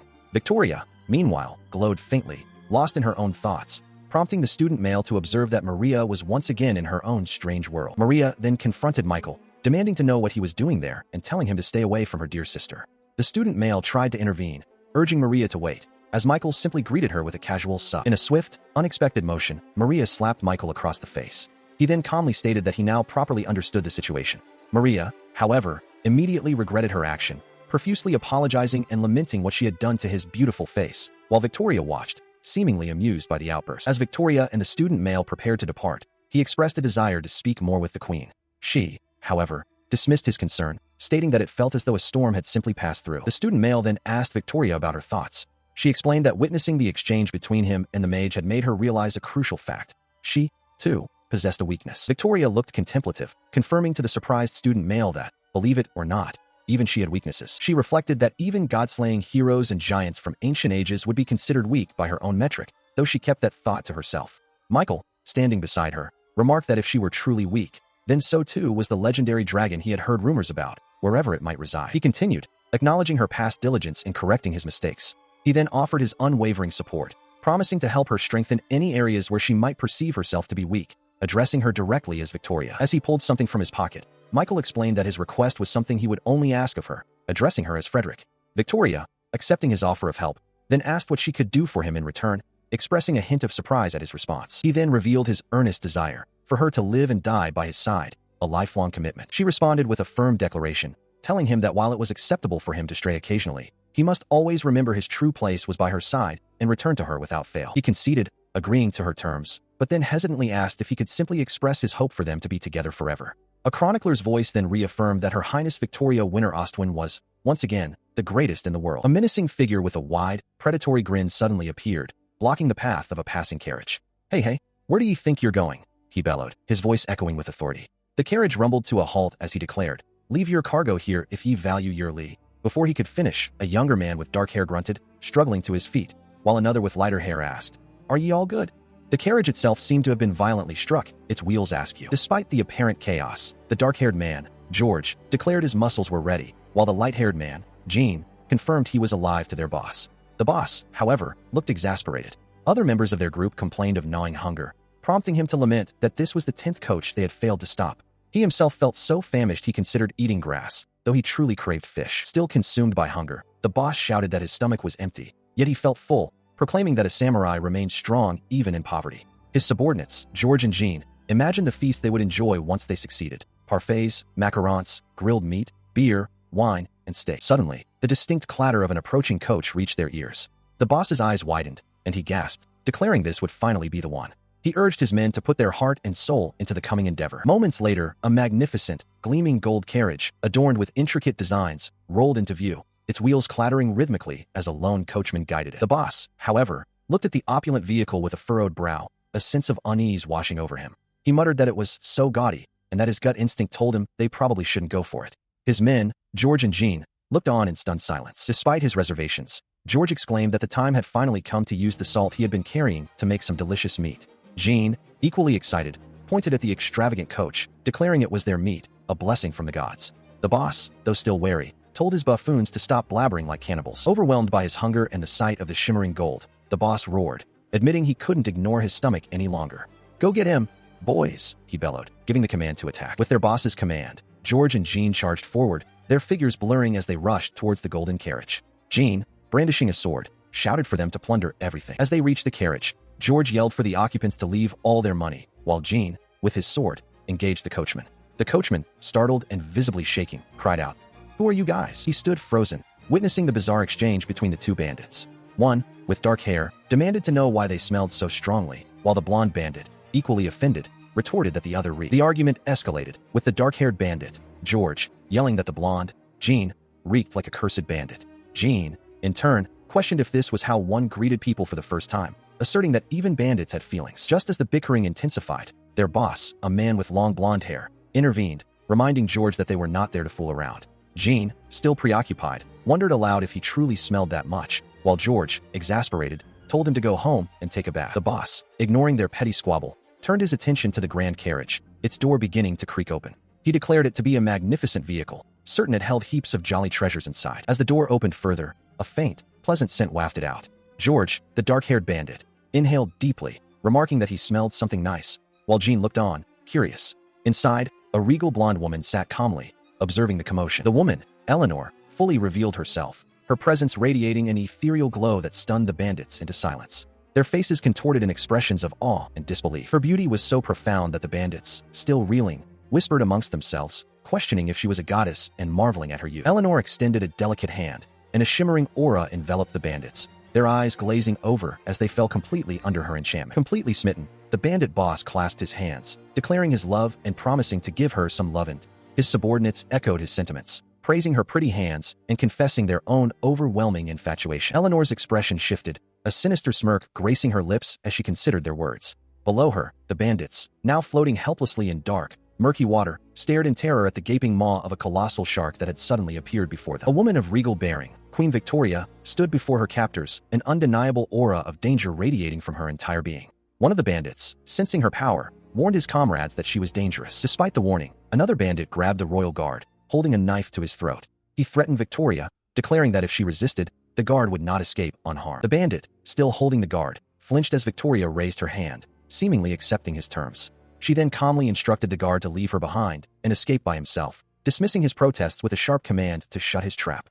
Her resolve was that of a seasoned soldier. Victoria, her expression calm and resolute, then addressed the bandit directly. She offered to go with them in exchange for the guard's release, asserting her authority through a clear chain of command. The bandit, taken aback by her composure, questioned if she truly understood her precarious position. Victoria simply responded by asking him to clarify what he meant by her position. With a confident, almost playful smile, Victoria revealed her true identity, declaring herself the queen of the kingdom. She advised them that it would be in their best interest to treat her with the utmost respect. Meanwhile, back at the palace, a frantic Maria burst into the king's chambers, delivering devastating news. King Michael, startled, demanded to know what she had said as she reported that the queen had been kidnapped by bandits. The news of Victoria's abduction sparked a deep, unsettling anger within Michael. He thought of her, his queen, and the implications of her capture. His rage erupted, a palpable force that crackled around him as he slammed his fist down, his face obscured by shadow, a clear sign of his fury. Maria, witnessing the king's intense reaction, tried to calm him, assuring him that the queen was safe. She noted internally that it was unusual for the mild-mannered king to display such open anger. He was consumed by regret,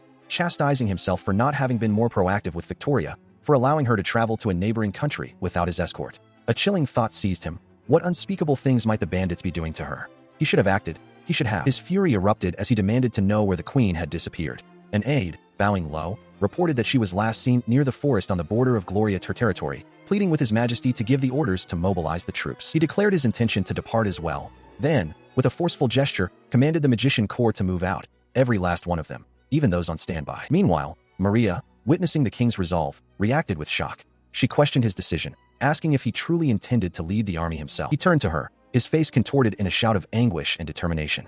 He would not sit idly by while his wife was in peril. As the king, he could not do nothing. As he dashed away, Maria watched him go, a quiet realization dawning on her. She understood that the king's mind was solely on Victoria, and that the fact she was the supreme ruler had completely flown out of his head. Moments later, he was mounted on a white horse, riding out of the palace gates, a determined expression on his face. He offered a silent prayer for Victoria's safety as he departed, leaving behind a few guards who seemed to yawn, perhaps from the late hour or the sudden mobilization. Far from the palace, Victoria, now a captive, calmly picked a piece of fruit from a plate. She mused that it was quite delectable. She sat regally, accepting the fruit from George, one of her captors, who offered it with a wide, almost butler-like smile. She acknowledged that while the fruit was plain, it was nutritious, and thanked him very much. From a hidden vantage point, Jean, another bandit, watched Victoria with suspicion. He muttered to George, calling him an idiot, and asserting that it was obvious she was lying.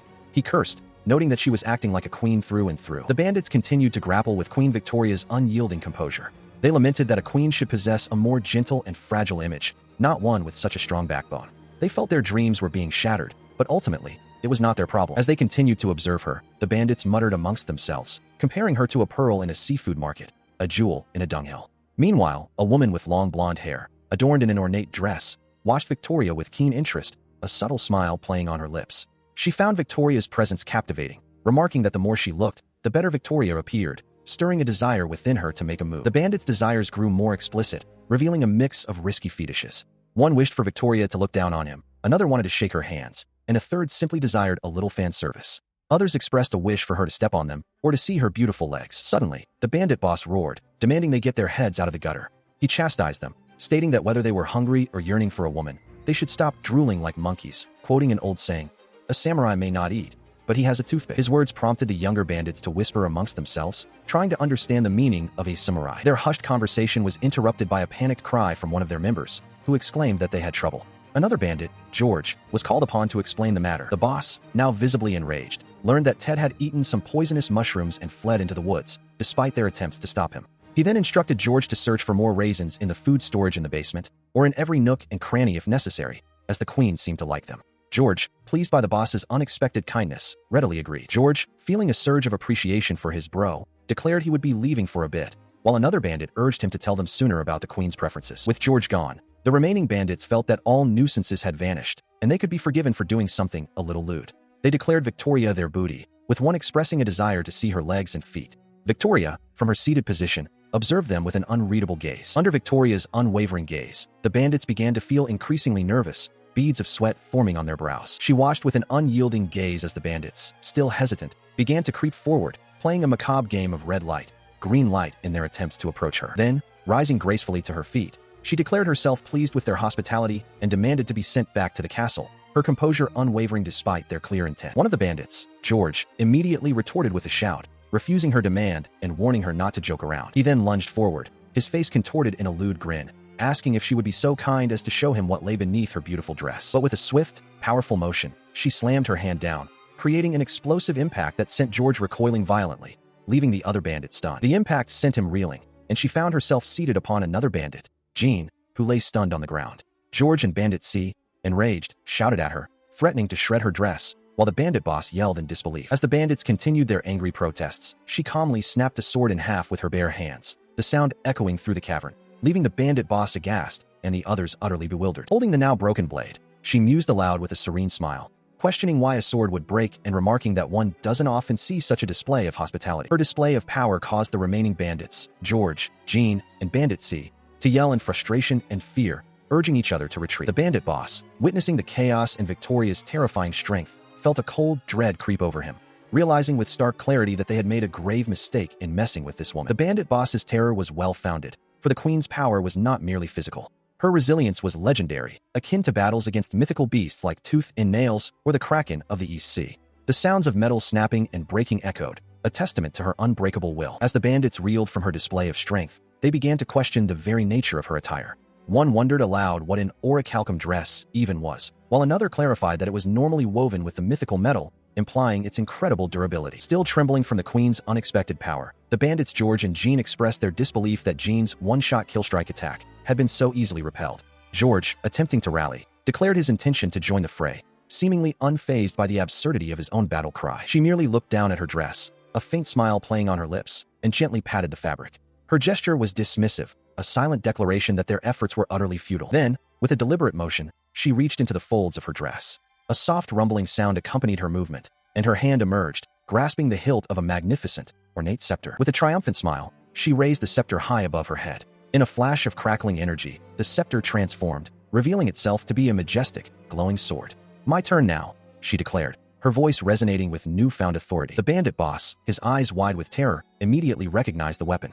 He stammered, identifying it as the gigantic golden sword, the legendary blade passed down through the royal family, Excalibur. Victoria, however, remained composed, her expression calm and slightly amused. She clarified that while it was indeed Excalibur, the gold coating was merely a hobby for total coordination, implying that its true power lay beyond mere aesthetics. The sword shimmered with an ethereal aura, captivating the bandits.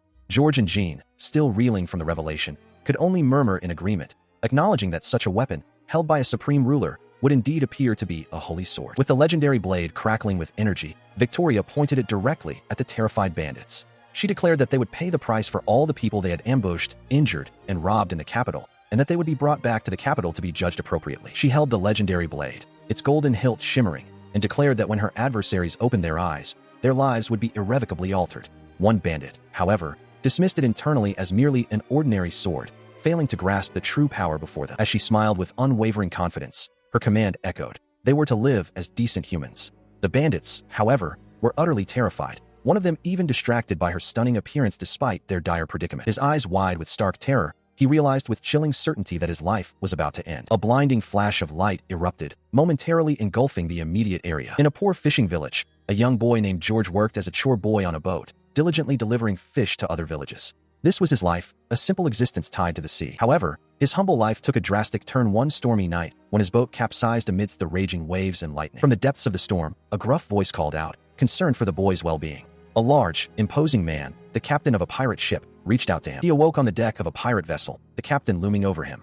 The captain, a man who claimed to have tossed away his name and could not keep his feet on land, informed George that he was the leader of the pirates and that the boy was fortunate to have been saved from becoming shark bait. George, still dazed, expressed his gratitude for being saved. The captain, chuckling, assured him he meant no harm, noting the boy's gaunt appearance, and then ordered a crew member to bring something for him. Moments later, a bento box filled with grilled meat and other delicacies was presented to George. The captain urged him to eat, declaring it his lunch. The sight of the food made George's eyes sparkle with an almost overwhelming hunger and awe, his mouth watering at the unexpected feast. Without hesitation, he eagerly reached out and grabbed the bento box, ready to devour its contents. George ate ravenously, shoveling the food into his mouth, a clear sign of his profound hunger.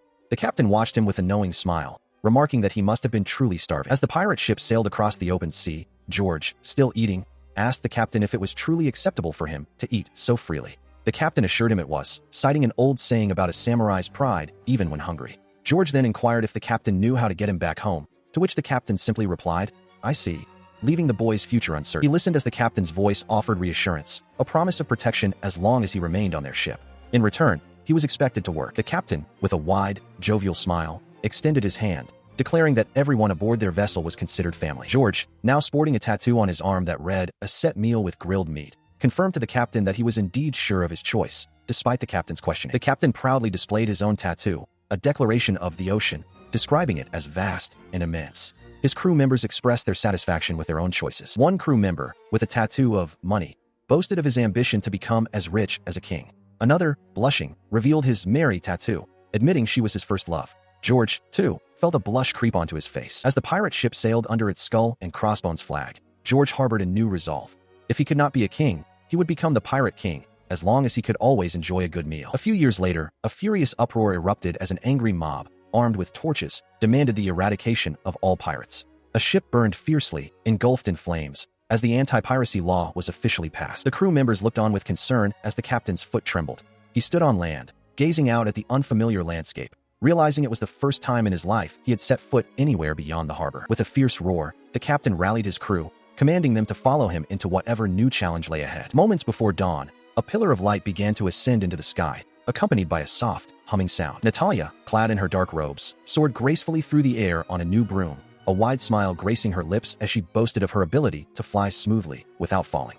Below her, Michael, also in dark robes, floated with a worried expression, remarking that the surroundings were too dark to see anything and that the dear queen was nowhere to be found. He continued to look utterly despondent, his brow furrowed with concern, prompting Natalia to observe that he appeared quite disheartened. His thoughts drifted, consumed by worry for Victoria, a mere 19-year-old lady. He prayed nothing ill would befall her, expressing more concern for her well-being than for any potential harm to himself. Natalia, however, found his image of the High Queen amusing, questioning what kind of person he truly believed Victoria to be. She then playfully suggested that if something were to happen to the queen, she would prepare a full-course meal, including soup, salad, and grilled steak, using her navel, much to Michael's flustered indignation. She pressed on with her teasing, asking if he wanted to play peek-boo and warning him that his special skills were so terrible they felt like the end of the world. He simply told her to stop, while internally praying he would not have to witness those skills. With a confident declaration, Natalia reassured her king that there was nothing to worry about. They would undoubtedly find Her Majesty, as she gripped her broom firmly. As they prepared to search, Michael, now mounted on a white horse, and Natalia, still on her broom,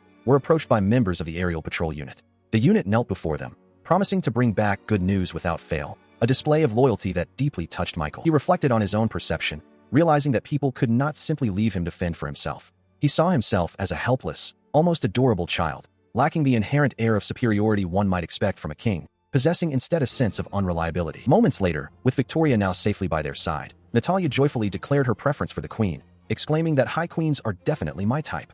Michael looked on, flustered, as it became clear that the enchantment spell which had made the sorcerer guard fall in love with the king had finally been lifted. Suddenly, a brilliant flash of light erupted in the night sky, startling Natalia, who looked up with wide, surprised eyes. She, seeing the collapsed royal guard, confidently stated that Queen Victoria would undoubtedly handle the situation. Meanwhile, Victoria stood amidst crackling energy, her expression resolute. As the crackling energy subsided, Victoria confronted the bandits, asking their leader if they would face execution should they return to the royal capital. One of the bandit members, George, called out to his boss, seemingly in distress. The bandit boss, his face etched with weariness, declared that he took full responsibility for the lives of his men, acknowledging that he was the one who had led them down this path. He then cried out, challenging Victoria to kill him and accept his punishment. Victoria, her gaze piercing, then turned her attention to the assembled bandits, asking if this was truly the life path they had chosen. She asserted that there were numerous ways to live, and if they couldn't find one, she would create it for them. She specifically questioned if being a bandit was a choice. Internally, Victoria clenched her fist, a deep frustration evident as she pondered what kind of queen she was if she couldn't even save the people who had fallen into poverty right under her nose. With renewed resolve, Victoria held her sword,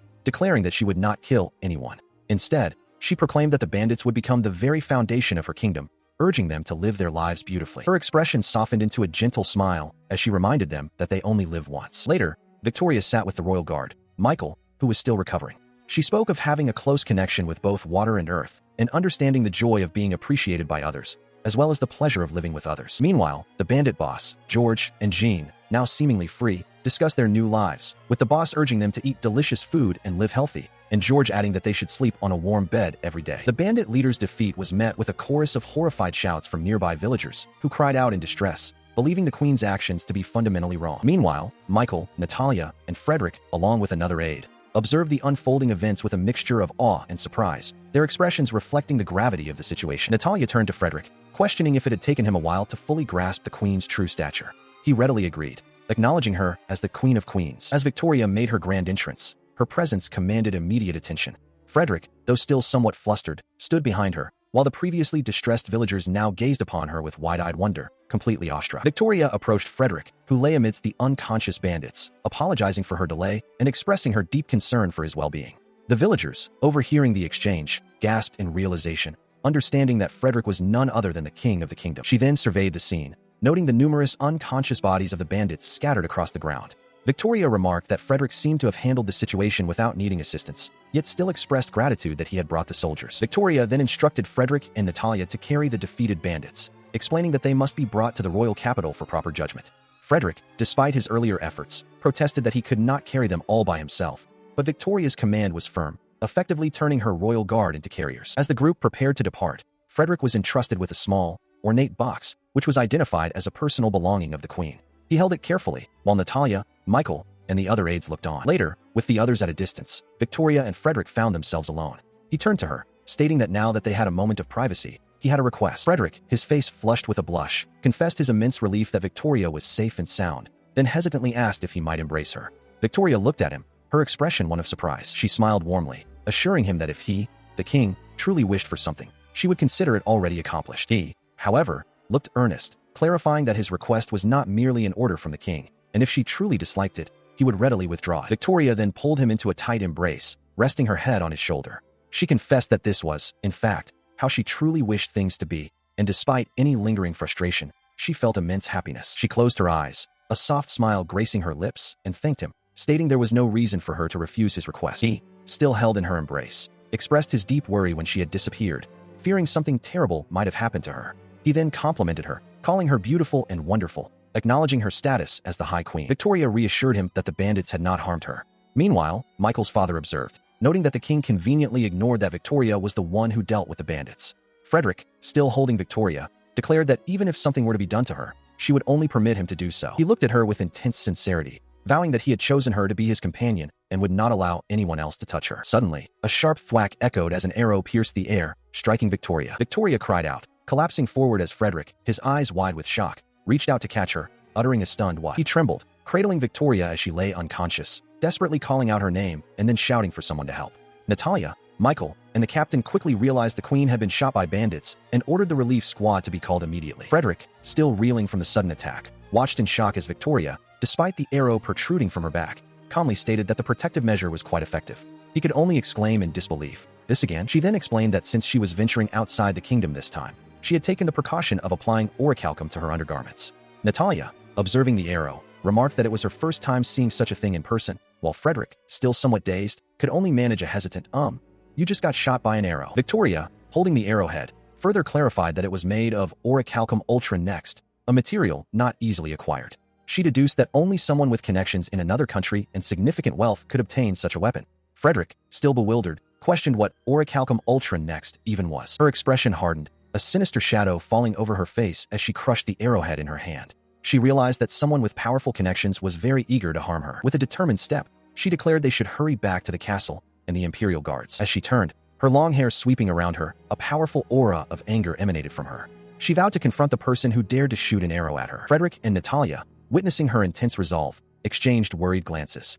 Natalia remarked that the queen was truly determined, while Frederick, still somewhat overwhelmed, could only agree, adding that he didn't know how else to describe her state. Victoria, her eyes blazing with resolve, reiterated her command for them to return to the castle, her voice ringing with authority. Frederick, Michael, and Natalia, now fully understanding the queen's intent, snapped to attention, responding with a unified and enthusiastic, "Yes, ma'am." Victoria then swiftly pulled Frederick close, her gaze fixed on him, as he let out a resigned sigh, seemingly accustomed to her forceful actions. Unfazed by her previous declaration of confrontation, she found herself lifted into the arms of Frederick, who carried her with a concerned expression. He insisted her leg must still be hurting, noting her slightly slower pace, but she playfully countered that she was perfectly fine without being carried. Frederick, blushing slightly, simply told her to be quiet. Despite her protests, a soft, contented smile played upon her lips. As Frederick continued to carry her through the moonlit forest, she leaned into him, her smile unwavering.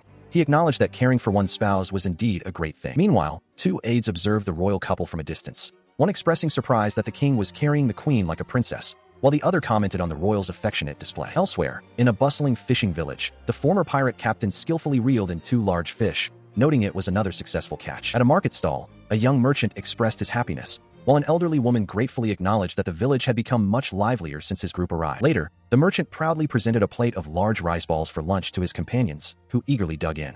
One of them happily reported that the field watering was also progressing well. As they ate, the pirate captain, munching contentedly, declared his happiness at being able to eat to his heart's content. Another man reminded him he wasn't a samurai, but the captain simply stated that even a samurai gets hungry when they work, asking his boss if he was hungry too. The former pirates, now living peacefully in the seaside fishing village, were opening their hearts and growing closer with the residents, finding joy in their new, harmonious lives. Over the vast expanse of the ocean, a thought drifted through the mind of one of the former pirates, wondering if George was faring well. His captain, a man with a knowing grin, assured him that George was undoubtedly doing splendidly. Indeed, George, along with two other recruits, stood before a grand building, ready to begin his service as a new recruit that very day. The young recruit, George, beamed with enthusiasm, saluting crisply as he declared his pleasure in meeting his new colleagues and his resolve to live with all his might, keeping his feet firmly on the ground. Yet, even amidst his earnest declarations, a more mundane concern surfaced as he wondered aloud if the establishment had a set meal with grilled meat. Meanwhile, in a different, opulent estate, Eleanor sat, her expression one of disbelief, as she was informed of a failure. She demanded to know what had happened. Her subordinate, a large, cat-like creature with a prominent mustache, explained that the attempt had failed despite using the most expensive orichalcum Ultra Next. He attributed the failure to a sound that had interrupted the process midway, while Eleanor stroked his head, calling him an adorable, tenacious kitty. The creature, still being stroked, suggested they could order more orichalcum, but Eleanor, with a sharp yell, dismissed the idea, stating there was no need. She had purchased the previous batch from the Demon Kingdom, confident in their products. She then pressed him, reminding him that his nation was quite adept in magic, implying he should be able to finish off the queen using his own abilities. The cat-like creature's eyes narrowed, a stern resolve hardening his gaze as Eleanor commanded him not to fail this time, and to make the necessary preparations before the queen returned. With a subtle, knowing smile, Eleanor received his simple affirmation. He understood. The cat-like subordinate, with its distinctive mustache and sharp eyes, acknowledged Eleanor's command with a confident smirk, stating, "As you wish, dear customer." The chapter concluded, promising continuation in the next volume. A young man observed Victoria, noting her evident exhaustion. She confirmed her body felt sluggish and listless, expressing a desire to confront the mastermind behind her condition, but acknowledged the pressing issue of the poison afflicting her.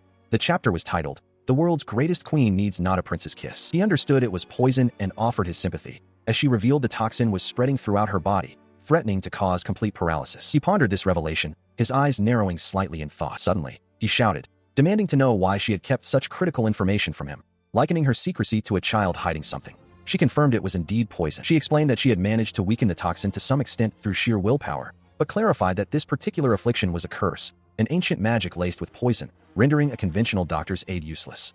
He, however, insisted on calling a doctor immediately. Professor Michael appeared, finding the notion of weakening a curse with willpower utterly hilarious and impossible. She questioned the very mention of a curse, while the young man looked on in surprise. Professor Michael dismissed curses as mere relics of the past, declaring them so last century, and comparing them to a dried-out, rubbery tangerine, implying their utter obsolescence. Victoria, listening intently, expressed her surprise that something as ancient as a straw doll curse would still be employed in the current era, a sentiment Professor Michael echoed, considering it an obsolete concept. She identified the affliction as a voodoo doll, or waridu, a term the young man, Frederick, misheard as Labrador, then Matador, before finally settling on Sturo doll, clearly confused by the unfamiliar magical terminology. Remaining by her bedside, he acknowledged the curse but pressed for a method of removal. She confessed her ignorance, noting that while it did not feel like a death hex and was currently weak, her own expertise in magic was insufficient for an accurate judgment, attributing her past successes to sheer willpower rather than arcane knowledge. He then pondered the implications, suggesting that the curse's true purpose might have been to eliminate her entirely. Turning his gaze back to her, he admitted their lack of information on the matter. Shifting the topic, he inquired if Frederick had any major business scheduled for the upcoming days. He elaborated on the nature of these obligations, detailing diplomatic or congressional assemblies, specifically mentioning the Parliament of Nobility, an event they were both expected to attend the day after tomorrow to address various issues. Victoria, her expression grave amidst a shadowy assembly of figures, stated that a matter would likely arise, causing an inconvenience. He thoughtfully fiddled with his ear, considering her words with a contemplative hum. His attention returned to Victoria, who now leaned against him, her eyes downcast, appearing increasingly frail. He softly called her name, Victoria. She responded with a pained expression, regretting that she could not be by his side this time, her body feeling as heavy as lead. Despite her protestations, he lifted her into his arms, carrying her with ease. He remarked that while he didn't mind the task, it would undoubtedly create too much of a public spectacle. She, with a faint smile, seemed to agree. He listened intently as a voice, unseen, pressed him on his resolve. The voice warned that if circumstances worsened, he would have to fight alone, asking if he was capable. With a determined expression, he affirmed his ability. Meanwhile, Victoria, her gaze distant, reflected on their shared journey. She confessed that she enjoyed walking with him, explaining it was because she had always seen him by her side. As they stood together, he admitted that he might not perform as well as she did, but promised to try his best. He then leaned in, his expression earnest, and told her that this time, she would be like a princess waiting for a hero to come. He instructed her to stay quietly in place. Later, as he presented her with a plate of peeled apple slices, he noticed her curiosity about the brown thing she had been seeing. He realized she hadn't eaten anything since returning to the castle, and explained that he had peeled the apple for her, hoping she would at least eat something. She took a bite, confirming it was good with a soft sound. He then clarified that the apple's color had slightly changed because it had taken him a while to cut it. Victoria smiled warmly, her eyes closed in contentment, affirming once more that the apple was indeed good. From her resting place, she declared that she would quickly recover and return to his side, adding that good things come to those who wait, and thus, she would rest. Stepping away from her, he resolved to gather as much information as he could until the day after tomorrow, in preparation for the upcoming debate. With a determined look, he knew he had to give it his all. He was greeted by a new lady who approached with measured steps, offering a polite, "Good afternoon," to his majesty. Her presence commanded attention, and as she fully revealed herself, Frederick found himself trying to place her, a question forming in his mind. She, however, claimed to remember him, a statement that only deepened his confusion. He apologized, admitting she was an unfamiliar face, and asked for her identity, creating an undeniably awkward situation. She then introduced herself as the First Lady-in-Waiting of the Inner Palace, explaining that she had been instructed to begin her duties. The position of First Lady-in-Waiting was, in truth, a pretext to introduce a lady from a respectable family as the queen's attendant, a role that public rumors suggested would eventually lead to her becoming an unofficial concubine. Frederick, clearly uninformed, expressed his apologies but insisted he would need to verify her appointment with the individual who granted her the position. She responded with a playful, yet pointed, remark about his coldness. Despite his lack of knowledge, she assured him she couldn't blame him for being unaware and offered to enlighten him on the matter. With a gentle squeeze, she took his arm, suggesting they proceed in a certain direction, asking if it pleased his majesty. As she led him, Frederick noticed her perfume was distinct, not the usual floral scent, but something else entirely, something that inexplicably reminded him of sunshine. A sudden, unsettling thought solidified in his mind as he looked at her. She smelled like a cat. He continued to be guided by the First Lady-in-Waiting, who remarked that King Frederick was a man astonishingly lacking in tact. She explained that telling someone they smelled dusty was merely a roundabout way of insulting them. Meanwhile, elsewhere in the palace, a young girl burst in with a wide, joyful smile, clutching a bouquet of flowers. She announced her arrival, exclaiming, "Lady Delphine, I brought fresh flowers." The First Lady-in-Waiting observed her from a distance, a subtle frown on her face. Her gaze sharpened as she looked at the young girl, addressing her internally as Miss Sarah. The young girl, now seated, reacted with dismay, realizing she still had mud on her dress. The First Lady-in-Waiting, with a critical tone, commented that her dress resembled a freshly picked carrot, completely covered in mud, and that her every expression was like that of a farmer. She tearfully explained that she had tripped on her way there, but a gracious princess had offered her a handkerchief. The First Lady-in-Waiting inquired if she had wiped the mud off, and the girl confirmed she had. Her eyes narrowed as the girl continued, confirming that the princess wanted to be friends and had even shared her name, manhwa. The First Lady-in-Waiting observed the muddy handkerchief, a rustling sound accompanying her scrutiny. The young girl affirmed the details, prompting the First Lady-in-Waiting to deduce that this vermin must have come from the mountains. She then questioned if the high-ranking lady with raven hair and fair skin, as pure as a lily of the valley, was indeed the one who offered the handkerchief. She then issued a grave warning to your majesty, asserting that flowers that bloom with purity always have a deadly poison concealed in them. She declared this princess to be the worst of them all, a complete prim and proper fraud. The young girl, Lady Delphine, looked on with a startled expression. Meanwhile, Frederick found himself once more in the company of the First Lady-in-Waiting. He inquired if they could not be alone, having hoped their relationship would deepen. She explained that as the queen's personal aide, it would be quite difficult for them to have tea alone, suggesting they do so with the queen. As he touched her, he noted internally that her body felt like a rock. He then realized a crucial detail had escaped him. With a slightly sheepish expression, he asked her if he could inquire about her name once more, as it had slipped his mind. She remained silent, looking away. He observed a young woman with dark hair, her gaze fixed on a small tile she had just drawn. She seemed to be playing a game, and with a quiet satisfaction, she recognized it as the winning tile, a self-drawn victory. As she introduced herself as Mireille Yuppert, he noted her complete lack of romantic interest in him. Her attempts at seduction, he realized, were utterly ineffective. Mireille, however, remained undeterred, internally vowing to win over the king, whom she affectionately referred to as her beloved middle-aged hottie. She confidently asserted that she had not yet failed, having always managed to charm every man she had encountered. She then expressed a fervent desire to rub that plump belly if her plan succeeded. Frederick, observing her, concluded that she was merely a pawn of the enemy, a blatant, chubby chaser. He continued to ponder her preferences, realizing that Mireille was drawn to chubby people and soft, fluffy meat, which meant the kings, typically slender, were not to her taste. Mireille, meanwhile, indulged in a private fantasy, imagining herself taking a clandestine photograph during her dearie's bath time.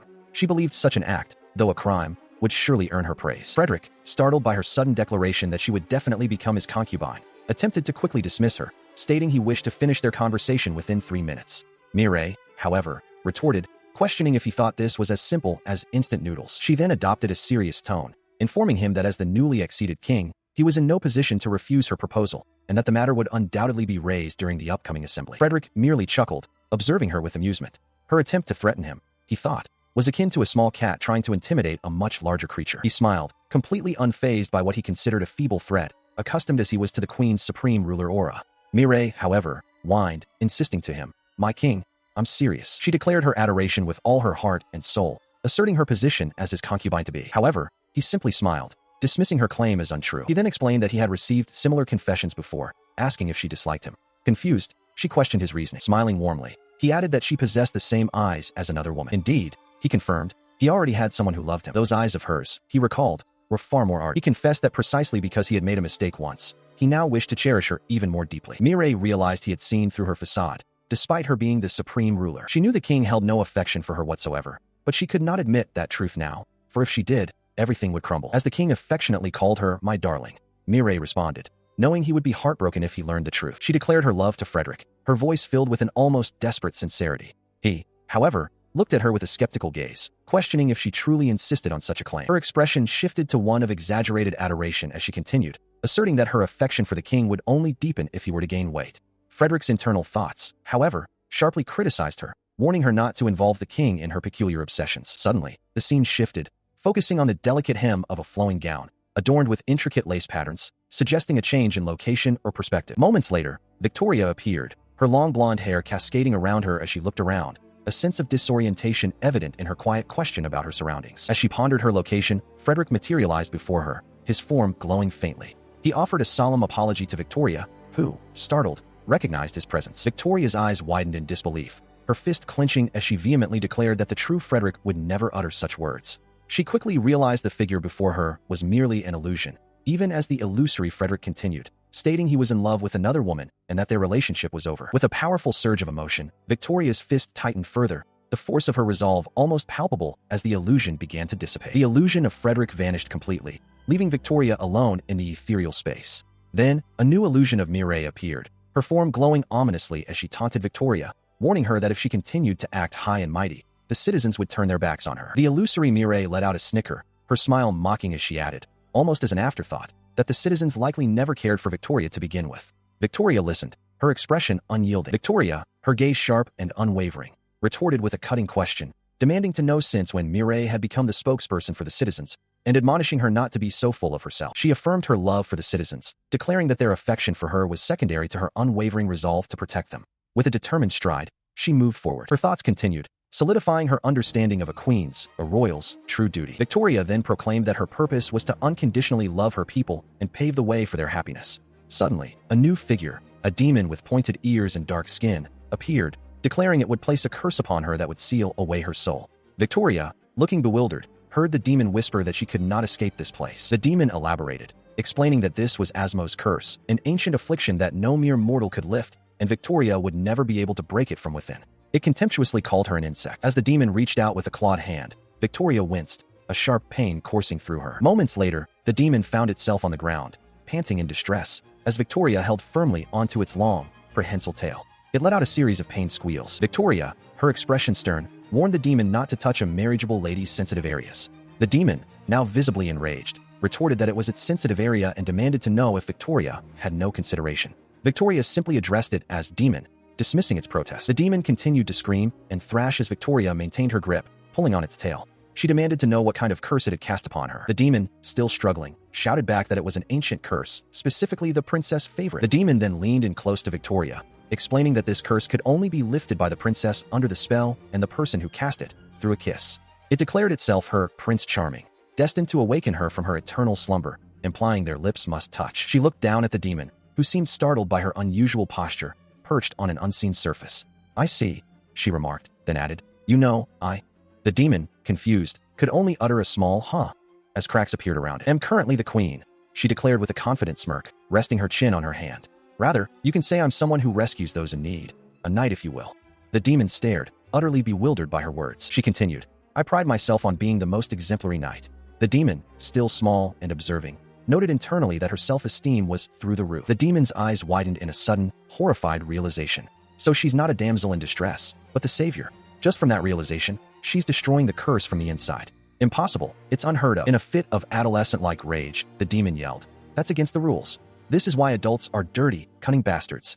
A narrator's voice observed its outburst as a burst of distrust. As the demon ranted, Victoria's hand reached out and grabbed its tail. "Cunning, you say?" she questioned, a hint of amusement in her tone. She began to stroke the demon's tail gently, a serene smile gracing her lips. "This is not cunning. This is love." The demon, flustered, could only think, "How cool." Nah. The demon's face flushed crimson as Victoria continued to caress its tail, causing it to shake uncontrollably.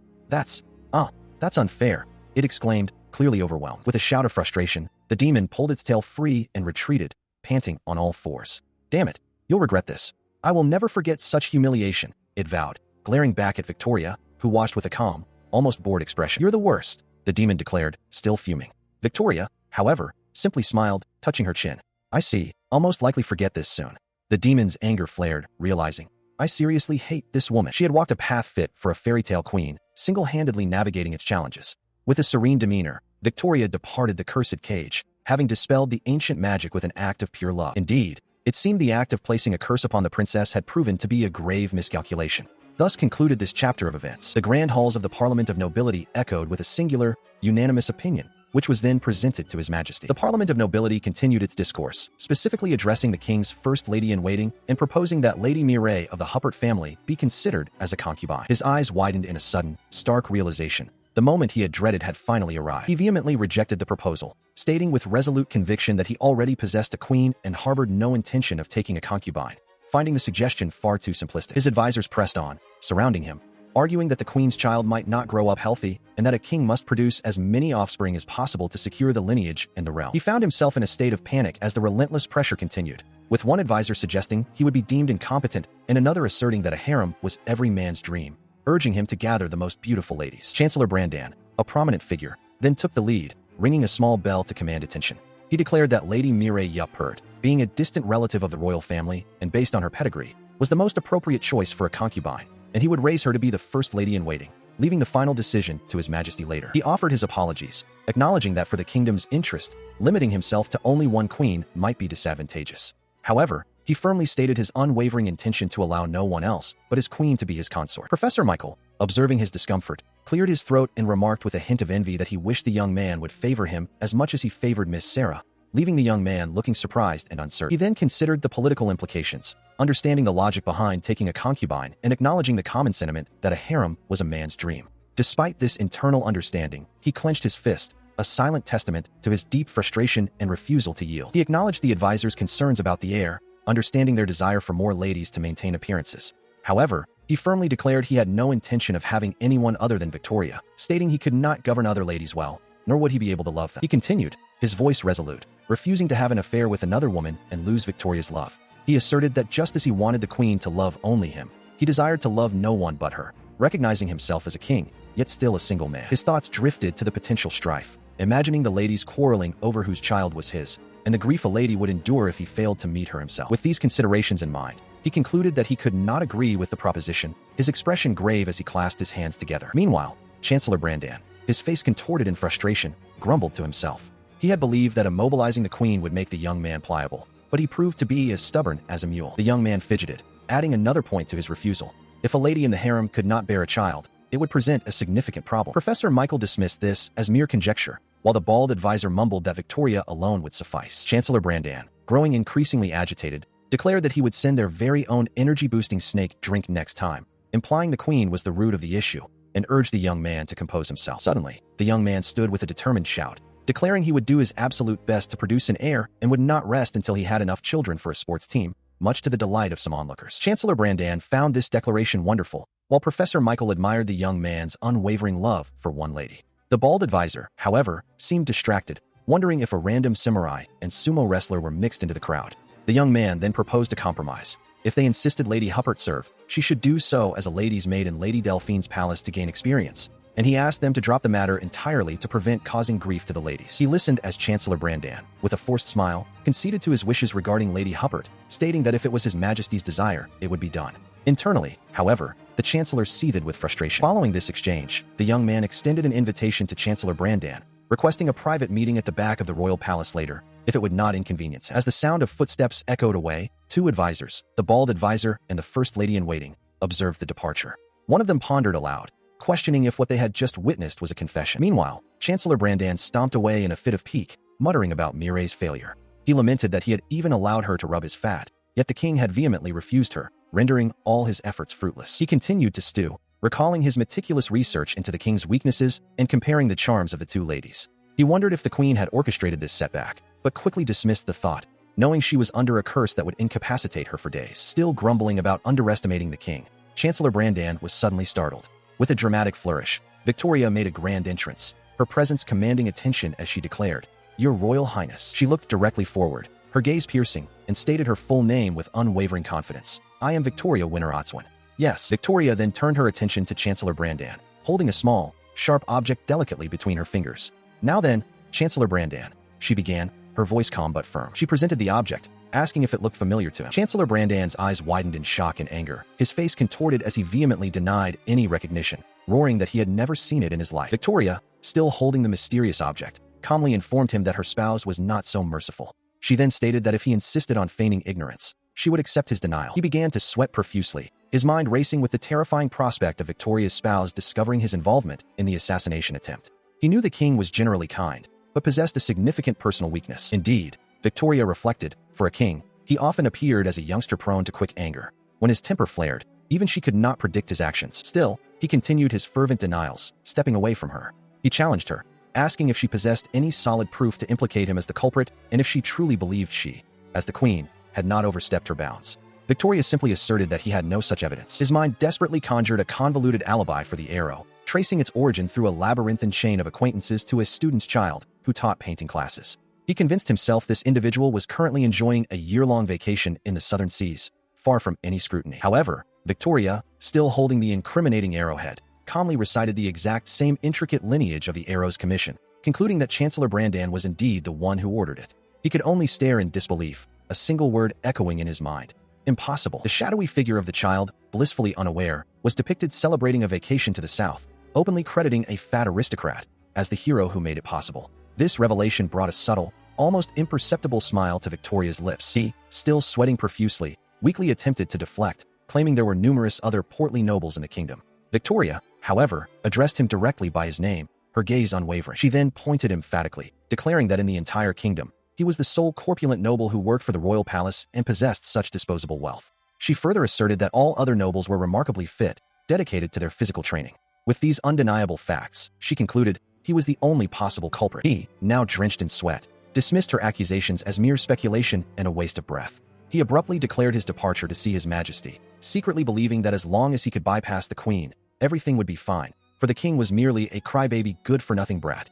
Victoria, still clutching the arrowhead, pondered the terrifying implications should Frederick, the king, truly lose his temper and sentence Brandan to death. She listened as Frederick, her husband, still did not believe her entirely guilty, despite the accusations. He warned her that the summons was merely a tactic to extract a confession. Chancellor Brandan, however, was not so fortunate. He gasped in terror as Victoria declared that if the king decreed the death penalty, he would receive it regardless of evidence. She then asserted her deep love for the king, stating that only death awaited those who dared to harm the queen.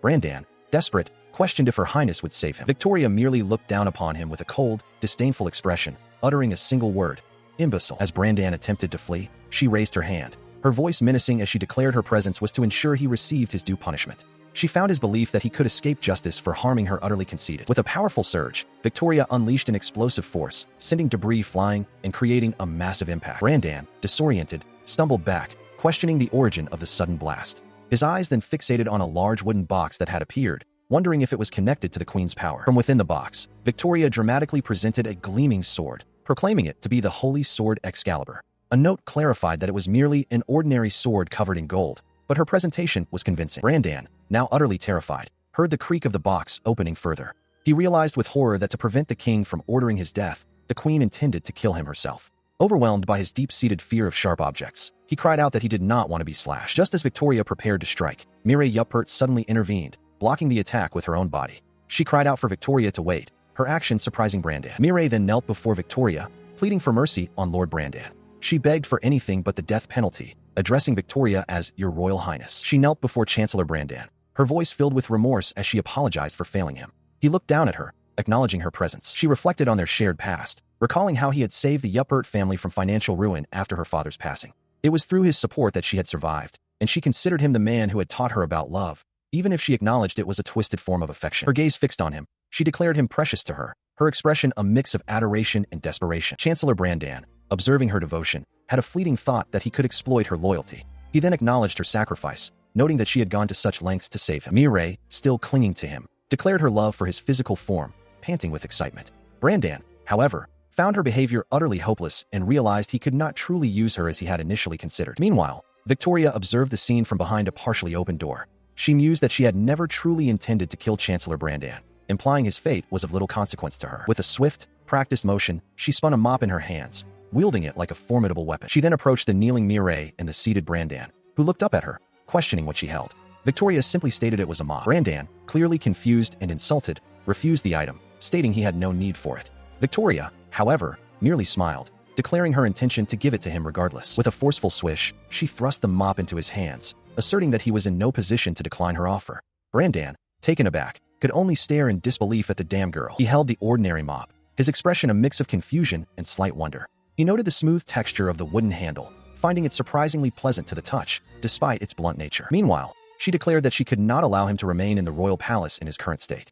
She decreed that after 1 year of imprisonment, he would receive the title of Minister of the Environment of the Royal Villa. Brandan's eyes widened in horror, his face contorting in disbelief as he processed the title. Minister of the Environment? He trembled, his face flushed with anger and humiliation, as he repeated the title, realizing the full implication. The Minister of the Environment was merely a euphemism, a position whose primary duty, beyond some garden maintenance, was the cleaning of bathrooms. He was being assigned to clean toilets. Victoria, observing his reaction, confirmed her decision with a serene smile, stating that she left the task to him, the toilet cleaning minister. She added that this queen did not pull any punches. Mirai Yuppert, who had been clinging to Brandan, cried out in protest, accusing Victoria of insulting him, the man who had controlled the kingdom for far too long. She still believed Lord Brandan, who cleans bathrooms, was wonderful, and she tried to fondle him, but he sharply told her to stop. Victoria, with a knowing look, then challenged Brandan, asking if his reluctance meant he lacked the confidence to perform the duty, implying that if he became the Minister of the Environment, the garden would fall into shambles and the bathrooms into disarray due to his incompetence. Brandan's face swelled with indignation, his eyes bulging as he roared, demanding Victoria repeat herself. He would not be underestimated. His fist clenched tightly. Trembling with suppressed rage, he declared that he was a man who had done everything with perfection, and of course, he could do it. A glimmer of determination entered Brandan's eyes as he envisioned his new role. He vowed to make all the bathrooms in the royal villa, indeed the entire palace, sparkle like never before. He would transform the garden so that merely entering it would heal one, with flowers blooming in their full glory. He declared that he would make it a marvelous place where everything, be it disease, injury, or even a poisonous curse, could be purified, effectively turning it into holy ground. Victoria smiled, acknowledging his resolve with a simple very well.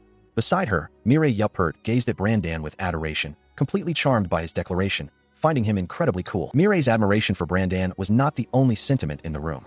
Victoria, with a serene yet firm expression, declared that Chancellor Brandan would be dealt with according to her discretion. She asserted that no matter his position, he could use his strength, and his efforts would surely come to fruition. She knew there was someone behind him, and if they dared to challenge her, she invited them to try. She commanded him to correct his own mistakes, and, from that moment on, live a righteous life, atoning for his sins. As Victoria spoke, her supreme ruler's aura radiated powerfully, causing Mirai to cover her face, overwhelmed by the sheer force. Mirai thought Lord Brandan was magnificent for enduring such an aura. Brandan himself, however, was visibly struggling, clutching his head and cursing the damn woman, finding the situation frustrating. 1 year later, a book titled, I, the Chancellor, started cleaning the prison and it changed my life. Let's Start Susie was published. The book detailed how Brandan, who had been detained, snapped from the filthiness of the jail and cleaned it. It became a best-selling author and popular among housewives, though that was another story entirely. Meanwhile, elsewhere, Frederick stood shivering by a window, wondering if he had been forgotten. He concluded that the person he was waiting for was not coming. Far away, the demon, Prince Charming, stood in a dark room, muttering, "Damn it," repeatedly. He then burst through a door, revealing a room filled with confiscated items, and declared his return to his sire. As he entered, another demon, Bastion, with long, light hair and a mischievous smirk, greeted him with a taunt, calling him the hyena who was defeated in a territorial battle. The demon, Prince Charming, reacted with shock and anger, questioning Bastion's presence. Bastion, still smirking, explained that he was a brilliant man and had already finished his own mission, implying Prince Charming should have been on another. Prince Charming, still agitated, demanded to know why Bastion was there. Bastion then began to whine dramatically, claiming Prince Charming's words were too harsh, even for his junior. He then boasted about receiving a compliment from a mini brown bat that day, while playfully patting Prince Charming's head. Prince Charming, visibly annoyed, snapped at him to remove his hands, accusing him of reeking of beast, and ordered him to go fold his laundry. Prince Charming's anger flared. His eyes narrowed in fury as he roared for Bastion to shut up. Bastion, however, merely laughed, continuing to call him a LOSER. Prince Charming gasped in frustration, threatening to cast a stronger curse to kill Bastion next time. Bastion, still chuckling, warned him that people who make such threats usually get eliminated, then mockingly asked for another chance. Amidst the shadowed halls of the demon realm, a framed silhouette, revered or feared, drew a sharp exclamation. Demon King. Following the exclamation, a voice, calm and reassuring, responded, "It's fine, my king." He, the prince, then turned his attention to a subordinate, Asmo, dismissing him sharply.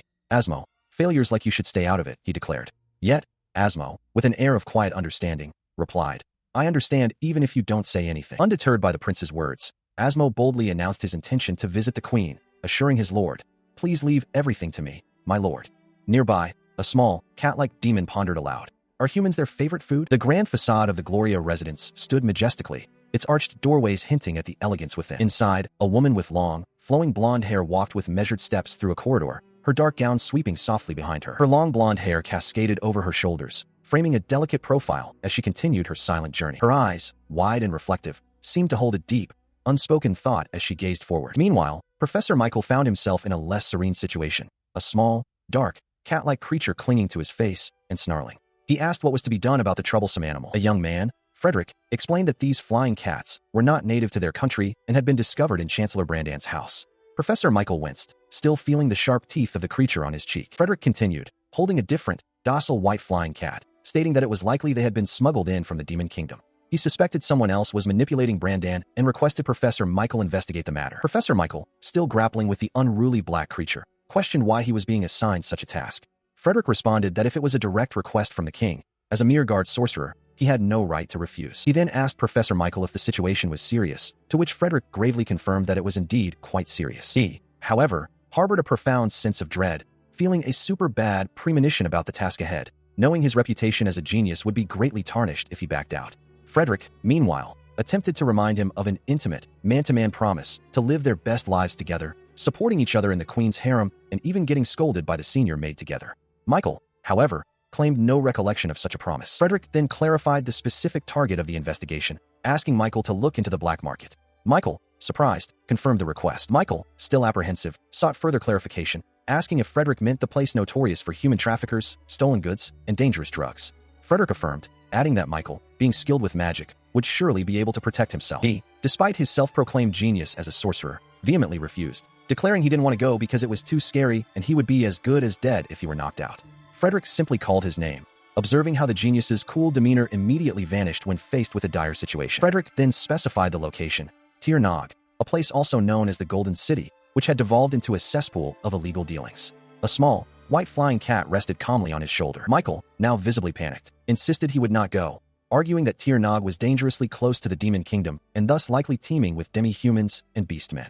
He expressed his strong aversion to stepping into such a violent place. Frederick tried to reassure him, explaining that to outsiders, it appeared to be just a normal market. Frederick, undeterred, explained that beast-men and demi-humans were inherently weak to magic, which was precisely why he was entrusting Michael with the task, having faith in his abilities to navigate any sticky situation. Michael, his expression thoughtful, then inquired if Frederick was suggesting that, should something go awry, he should simply use his mystic eyes to charm the enemy and make a swift escape. Frederick confirmed his understanding, asking if Michael could indeed accomplish such a feat. Michael remained silent, a hint of skepticism on his face. He, however, expressed a significant reservation, stating it would be difficult for his mystic eyes to work on a strong, lordly person. He elaborated that his mystic eyes transformed charmed opponents into diehard fans, and he would much rather avoid using them on bulky men or baldies. Frederick, seemingly unconcerned by this particular drawback, simply replied that it was all right. Frederick, with a beaming smile, praised Michael's mystic eyes, describing their color as beautiful as the crystal-clear surface of an azure lake, and confidently declared that no one could resist their power. A few hours later, Michael scoffed at the memory of such praise, recalling how the queen had resisted his mystic eyes just fine, a fact that clearly still irritated him. As the carriage waited, its horses restless, Michael sat inside, slumped and dejected, lamenting his forced departure. A hooded figure approached the carriage, asking if he was Mr. Michael Catalia. The figure then opened the carriage door, revealing a cheerful demeanor as they introduced themselves as an escort assigned by His Majesty to accompany Michael to his destination. Michael, surprised, acknowledged the presence of another passenger. He mused internally, considering the unexpected bodyguard a fortunate development, as it would allow him to cast spells more easily if he found himself in a difficult situation. With a forced cheerfulness, Michael introduced himself as the Queen's Guard sorcerer, extending a hand in greeting and suggesting they get along, addressing his new companion as Mr. Bodyguard. The journey continued, the carriage clattering along, as Michael's internal monologue revealed his self-importance, believing he was such a genius that he had to be begged to join this expedition. His companion, however, remained silent as Michael continued to complain, wondering aloud why he hadn't simply become the Queen's sugar baby instead, suggesting it was a better alternative to his current predicament. He then noticed something about the bodyguard's voice. Her words, delivered with a dazzling smile, suggested it would be a great shame to waste Michael's talents, as she revealed her face, framed by long, flowing blonde hair. He recoiled instantly, shielding his eyes from her intense radiance, exclaiming that she was so bright she could light up an entire town, and wondering if she was some kind of magical LED, as he felt himself going blind. He found himself in a state of panic, urgently telling his escort to return to the palace immediately. She, however, questioned his authority, asking if he had received permission from the king for their current course. He admitted he had not. With her arms crossed, the bodyguard asserted that the situation was far more serious than a mere rumor, and she intended to investigate it personally. He offered a strained smile, claiming he couldn't assist, but then a wave of realization washed over him. He suddenly understood how the queen could have slipped out of the palace on her own, and in a renewed fit of panic, he frantically ordered the driver to turn the carriage back to the palace at once. The truth of the situation rattled him to his core, as he recalled the formidable reputation of the man now driving their carriage. The bodyguard, seemingly oblivious to his distress, commended him for his efforts and instructed him to continue onward to Tir Nog. He, saluting, introduced himself as George, a former pirate once known as a set meal with grilled meat, now serving as a personal coachman for his big sis. A new realization then dawned on him. The bodyguard calmly agreed to proceed, urging George to drive at full speed. Michael, however, was beside himself, desperately trying to interject, knowing that he would be the one to bear all the blame for this unauthorized investigation. As the carriage sped along, a small bat creature hung upside down from a tree branch, observing the passing road. The creature remained, its gaze fixed as the landscape opened up to reveal vast plains. This fair, it was known, was held 4 times a year on the plains straddling the border with the Demon Kingdom. Not only merchants from this kingdom, but also from areas like the southern seas and overseas nations, would gather here. The tents were dyed in fashions unique to each nation and region, creating a vibrant, colorful display. Finally, the carriage arrived at the bustling golden city of Tir Nog, a vibrant hub of activity and commerce. She found the atmosphere more peaceful than she had imagined, feeling as though she were on a casual outing. She mused about buying souvenirs for Maria, while Professor Michael, beside her, excitedly wondered if they had any grilled meat sets for sale, also listing other ladies for whom he might buy gifts. As they continued through the fair, she noted the absence of demi-human attacks and the presence of many attractive women, expressing a desire to flirt with them. Professor Michael, however, questioned her sudden boasting about the king, prompting her to ask if he thought her man was more beautiful and cute. Moments later, she instructed Professor Michael that their current cloaks stood out too much and that they needed to change. She then opened a box, revealing new garments. Professor Michael, now in a new, desert-style disguise, complained that the queen's disregard for standing out was a supreme rule. She, also in a new, elaborate outfit, dismissed his concerns. Nearby, 2 fairgoers discussed an oil tycoon from the desert, with one woman eagerly expressing her wish to marry such a wealthy man. Overhearing, the queen sharply corrected someone who addressed her as "my dear queen," stating she was not their queen. With a dramatic flourish, she declared her new identity. "I am an oil tycoon. My name is Zyrs Nathin Al-Kampahi." Professor Michael and another man, now her apparent aide, stood by her side, both also in desert attire. She then gestured decisively, urging Professor Michael to follow her, commanding him to come now. Professor Michael, still exasperated, questioned the purpose of the disguise if she still managed to stand out. She simply dismissed him as noisy. He further pressed her, asking why she chose the name Nathin, which was a pun on nothing. She explained that the person who prepared her clothes had assured her no one would recognize her as the queen in such a peculiar outfit. When he asked who had given her that advice, she admitted she did not know. She then burst into hearty laughter, revealing that the mysterious advisor was none other than the previous king's official favorite concubine, who was a member of a fan club dedicated to seeing the queen cross-dress again. Professor Michael could only look on in disbelief, clutching his head. Professor Michael dismissed the entire situation as nonsense, warning her again not to stand out so much, but his words seemed to fall on deaf ears. Ignoring his protests, the disguised queen, Czaress, confidently pointed towards a young woman with cat ears and a tail, calling out to her directly. Still maintaining her elaborate disguise, the queen, as Czaress, inquired of the cat-eared girl if any shops at the fair specialized in rare creatures. The girl, initially flustered by the rumored oil tycoon, quickly succumbed to a romantic fantasy of marrying for wealth, while Czaress clarified her interest lay specifically in creatures from the demon kingdom, such as phoenixes, unicorns, or even those found in treasure chests. She then pointed to a specific tent, suggesting it was the place where Czaress could find something to match her refined tastes, noting that rare creatures were indeed on display there. The tent itself was part of a circus, which, in addition to its performances, also engaged in the trade of living beings. Professor Michael, disguised as Czaress's aide, breathed a sigh of relief at the news, while his female companion, also in disguise, questioned if these living things included magical beasts. Czaress, however, was simply delighted, having heard they offered cute doggies and kitties. As they approached, a demon vendor named Bastion greeted them warmly, remarking on Czaress's annual return to the fair and her customary entourage of cats and dogs. He stood surrounded by his own collection of demon pets, including a black cat, a white flying cat, and a white dog-like creature, all fluttering and scampering around him. Bastion then introduced his pets by name: Choco, Mint, Vanilla, and Inarazushi, instructing them to offer their greetings. The white dog barked enthusiastically, while the black cat observed with quiet curiosity. The cat-eared girl, observing the scene, internally declared her unwavering determination to win, while an unseen voice explained that Lord Czaress was a renowned oil tycoon, currently the object of affection for many girls. Bastion, surrounded by his beloved creatures, pondered what kind of animal an oil tycoon might find interesting, but quickly concluded that, for him, nothing could ever surpass his own cherished kitties and doggies. He then flashed a wide grin, finding the situation quite intriguing, and announced that this was a special request to all their esteemed guests. As a crowd gathered, chattering excitedly for the show to begin, an attendant issued a warning to keep noise to a minimum and refrain from eating snacks inside the tent, lest they overexcite the beasts. Professor Michael, still in his aide disguise, quietly questioned Czaress about the source of the funds used to purchase the most expensive seats in the arena.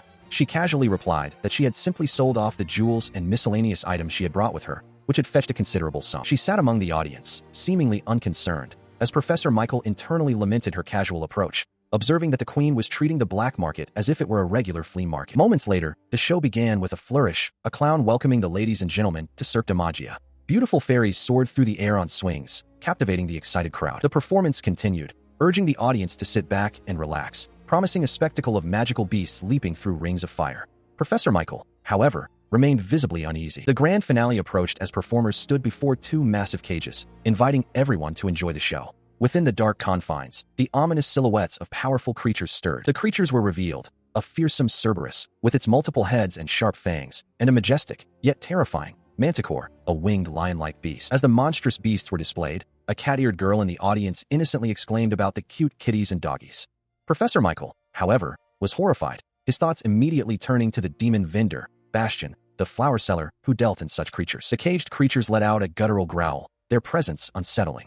One of the queen's aides, a man in disguise, voiced his concern, wondering what would happen if they were released, and suggesting Professor Michael might become cat chowder. Professor Michael, startled by the morbid suggestion, quickly told his aide to stop jinxing him so casually. The queen, however, remained calm, reassuring them that the creatures were securely locked up and there was no way they could escape. Despite the ongoing spectacle of dangerous beasts, the queen casually peeled and ate a banana. Professor Michael, still bewildered by her demeanor, questioned her eating habits, but another of her aides, a woman in disguise, playfully dismissed his worries, calling him a worrywart. The question lingered: to banana or not to banana? That was the question, as the aide mused that bananas did not count as snacks. Professor Michael, still in his disguise, proudly presented a banana, explaining that he had recently mastered a bit of magic to freeze its freshness, ensuring it would remain tasty indefinitely. He then offered some to his companions. The disguised queen, Czaress, immediately demanded one, while the disguised aide, observing him already munching on a banana, questioned how many he possessed. Suddenly, a manticore, one of the formidable beasts of the Cirque de Magia, began to stir,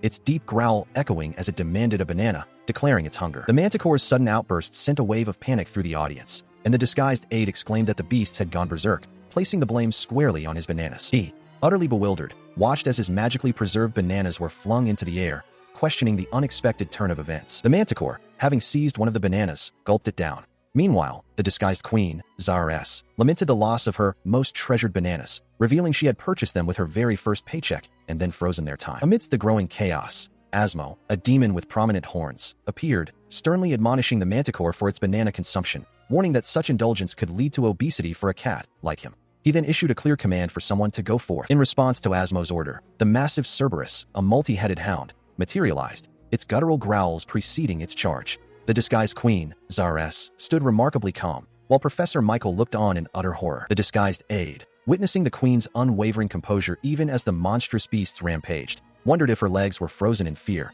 questioning how a mere 19-year-old girl could remain so unfazed. The queen, Zares, simply extended her hand, calmly uttering a single word, paw. Chapter 12 begins, titled, The World's Greatest Queen Asks What the Planet Earth Is. The queen, adorned in a jeweled turban and intricate necklaces, reclines elegantly, her gaze direct and confident. Elsewhere, a young woman in desert attire, likely the queen in a different guise, stands before three massive, snarling wolf-like creatures with glowing eyes, their fangs bared and saliva dripping. One of them lets out a guttural PAW. One of the monstrous beasts snarls fiercely, its powerful jaws agape, ready to strike. The creature lunges with incredible speed, but the young woman deftly dodges its attack, a cloud of steam rising from her as the beast's impact shatters the ground where she once stood. Back in her regal chambers, the queen, with a surprised yet commanding expression, points a finger and instructs, now the other one. As she speaks, the young woman in the desert stands confidently atop one of the massive wolf-like creatures, remarking that it possesses quite a temper but seems willing to listen. Another beast attempts to strike, but she effortlessly dodges its clawed swipe. The creatures continue to snarl aggressively, their eyes fixed on the young woman.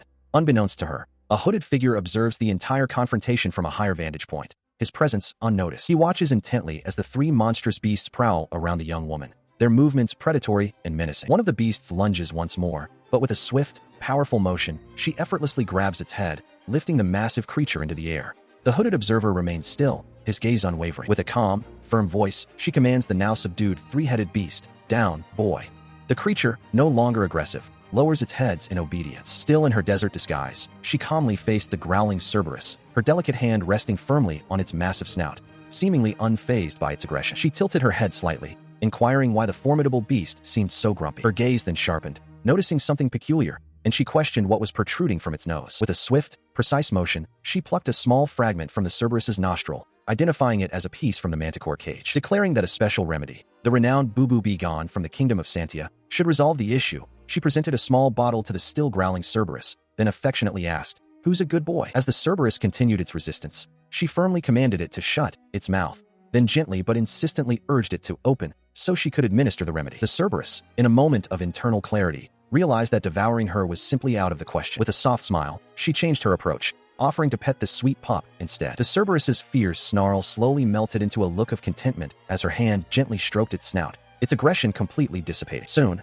all three heads of the Cerberus were calm and docile, nuzzling against her as she stood amidst them, surrounded by a soft, ethereal glow. Her gentle touch, a stark contrast to the harshness Cerberus had known, caused his eyes to widen in a mixture of surprise and a dawning, unfamiliar sensation. As her hands continued to stroke his fur, a profound sense of warmth began to spread through him. The three heads of Cerberus reacted simultaneously, their expressions shifting from confusion to overwhelming, almost painful joy. He wondered if this was truly what it felt like to be petted. Yet, from the moment he entered this world, Cerberus had always been alone. Born with three heads, he was never pampered or cared for like other pups. Instead, he was taken in by the circus, destined to entertain visitors as a beast, a monster, a freak. Even as an adult, his cries echoed with a desperate longing for his mother, all he had left of her being a faint, distant memory of her loving touch. The shadowy figures of the circus troupe loomed over him, their faces obscured but their intentions clear. He possessed intelligence, but to the troupe, that only meant he could be trained through relentless pain and punishment. His cries met with looks of pure revulsion from those around him. Confined within a cramped cage, the bars pressed in on him, a constant reminder of his suffocating existence. He felt a surge of overwhelming emotion, a sensation of being too confined, as if his very being was bursting from within. His mind raced, recalling the harsh reality of his past, the heavy collar, and the constant fear that had once defined his existence. He remembered the relentless torment, the whip cracking as he was forced to perform, never knowing a gentle hand or a merciful heart to pet his three heads. Meanwhile, Professor Michael, observing the queen's interaction with the beast, felt an unfamiliar sensation emanating from her, a powerful aura that surprised him. He wondered what this strange feeling could be. The queen's usual magnificent aura, which often felt overwhelming, now radiated a warmth and comfort akin to sunlight filtering through trees. This remarkable ability to adapt her presence to any situation was a testament to her profound skill as a queen. Michael, still wary, expressed his fear to the queen, asking if she was truly certain the creature wouldn't bite. The queen, maintaining her serene smile, then posed a question to him. What did he believe was the purest being on earth? He pondered the question, considering various possibilities, even jokingly wondering if she meant himself, before dismissing the thought as foolish. With a gentle smile, the queen revealed her answer. A dog. Cerberus, still lost in his traumatic memories, seemed to echo her sentiment, his inner voice asserting that a dog never betrays. The queen, still in her disguise as Zyrus, reflected on the profound loyalty of canines, asserting that while humans might betray one another, a dog would never turn its back on humanity. Meanwhile, at the Grand Gloria residence, Victoria walked with a thoughtful expression. Her eyes suddenly widened, and she turned, a look of profound surprise spreading across her face. The soft thud of approaching paws echoed, revealing the gentle steps of a creature drawing near. A large, fluffy, light-colored dog, its expression gentle and curious, walked directly towards her. Victoria stood still, observing the approaching animal, which gazed back at her with an innocent curiosity. Without hesitation, she knelt, embracing the dog tightly, her long hair flowing around them as she found solace in its presence. A serene smile graced her lips as she closed her eyes, finding a moment of peace amidst the grand architecture of the residence. Elsewhere, the soft thud of a dog's tail wagging echoed as Lady Delphine and the First Lady-in-Waiting walked through the residence, their steps measured and calm. Suddenly, the dog bounded towards them, startling Lady Delphine, whose eyes widened in surprise at its playful approach. Despite the initial shock, she quickly embraced the fluffy creature, a wide, joyful smile spreading across her face as the dog licked her cheek affectionately. A new figure, with long, flowing light hair and small horns, observed a large, horned lion-like creature. Nearby, a small, robed individual conversed with another person in a turban, while the lion seemed to be receiving some form of attention. The horned figure, revealing a wide, sharp-toothed smile, greeted the scene with a mischievous air, wondering aloud what new developments lay before them. Their hands, adorned with rings, sparkled as they moved, a silent gesture of anticipation. The horned figure's thoughts drifted to the two magnificent beasts before them, a grand, horned lion, which they playfully called a big kitty, and a formidable, tusked wolf, referred to as a big doggy. A sly grin spread across their face as they mused about which of the powerful creatures would prove to be the more dominant in a rough play. As they walked, the horned figure declared their plan was perfect, having already boasted to Asmo and the Demon King, and now it was time to demonstrate their capabilities. With a mischievous, "It's go time," they injected the horned lion with a stimulant, preparing it for whatever was to come. The lion roared in a furious response, its eyes wide with rage. The horned figure cackled, feigning apology for making the whittle kitty mad, but quickly affirmed that this was precisely the reaction they desired, urging the beast to show its true power. The small robed figure watched in bewildered shock. The horned figure continued to laugh, explaining that they merely wished to see what it would be like to interact with such a rare creature.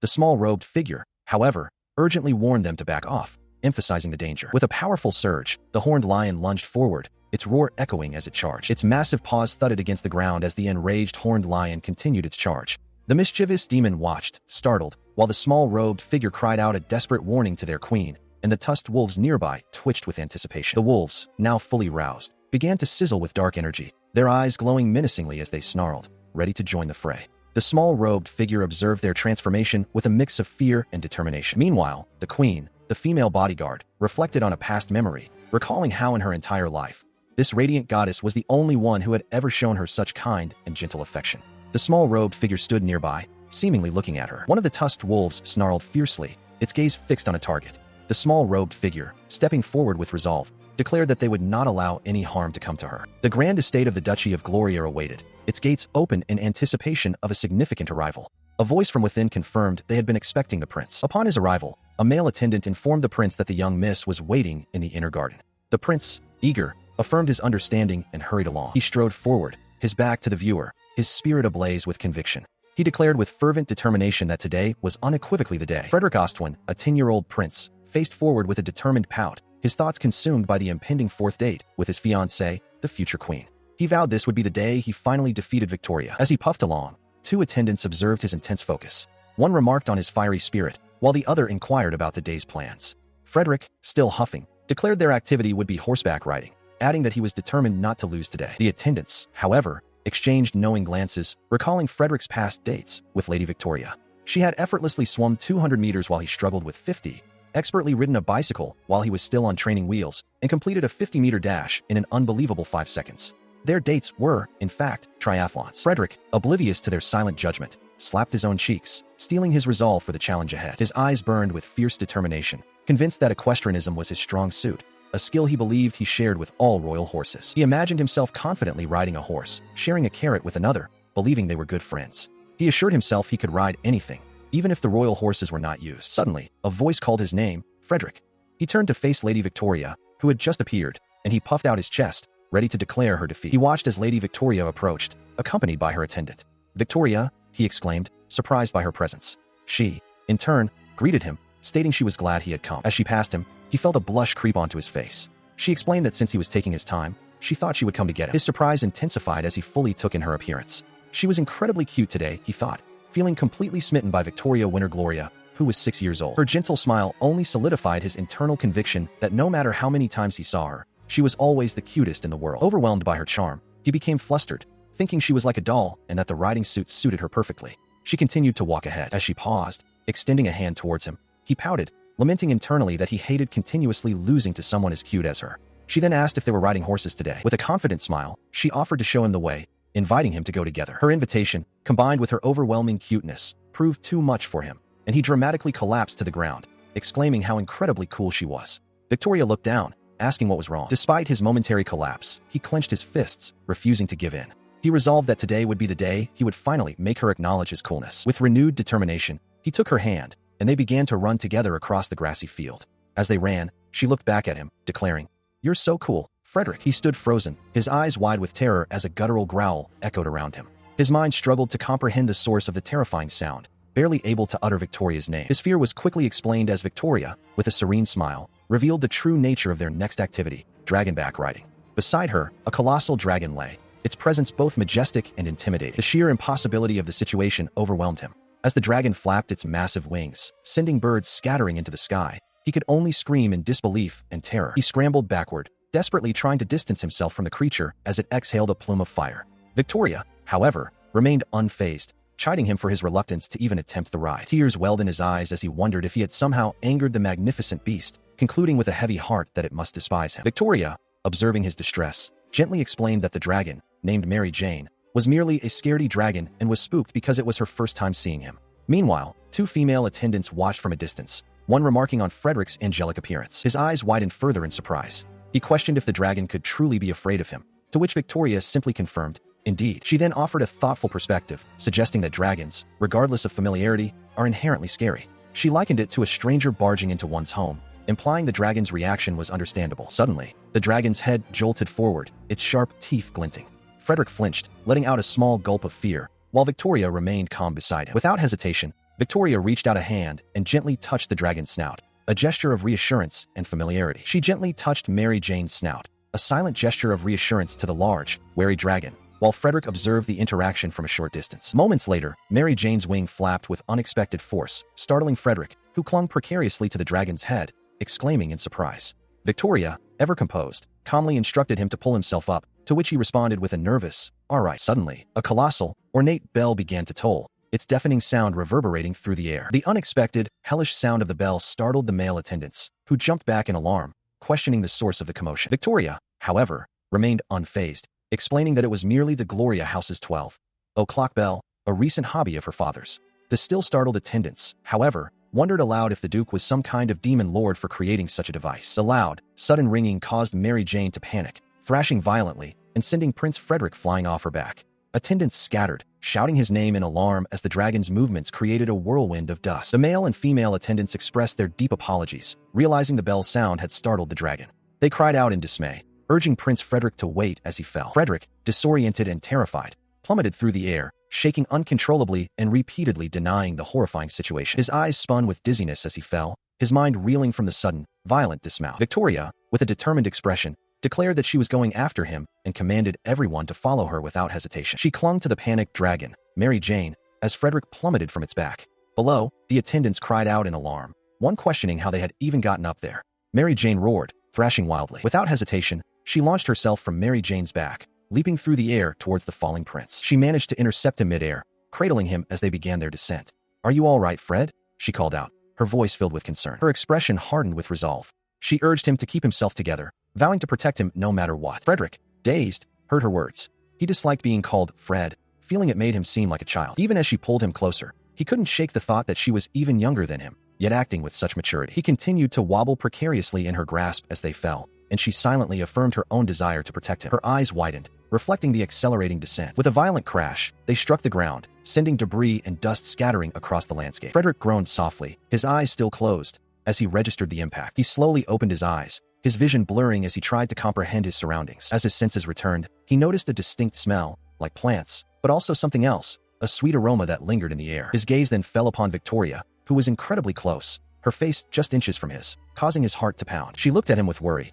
asking if he was all right, to which he could only manage a flustered, uncertain reply. Still on the ground, they assessed their situation. Victoria confirmed they had crashed into a forest and asked if he was injured, while he admitted he was not all right and returned the question to her. Victoria offered a reassuring smile, stating that she was fine and that his safety was all that mattered, a declaration that struck him as incredibly brave. She then considered their predicament, wondering aloud where they were and concluding that they should leave the forest quickly, as the guards would never find them if they remained hidden. They had landed in what was known as the Witch's Forest.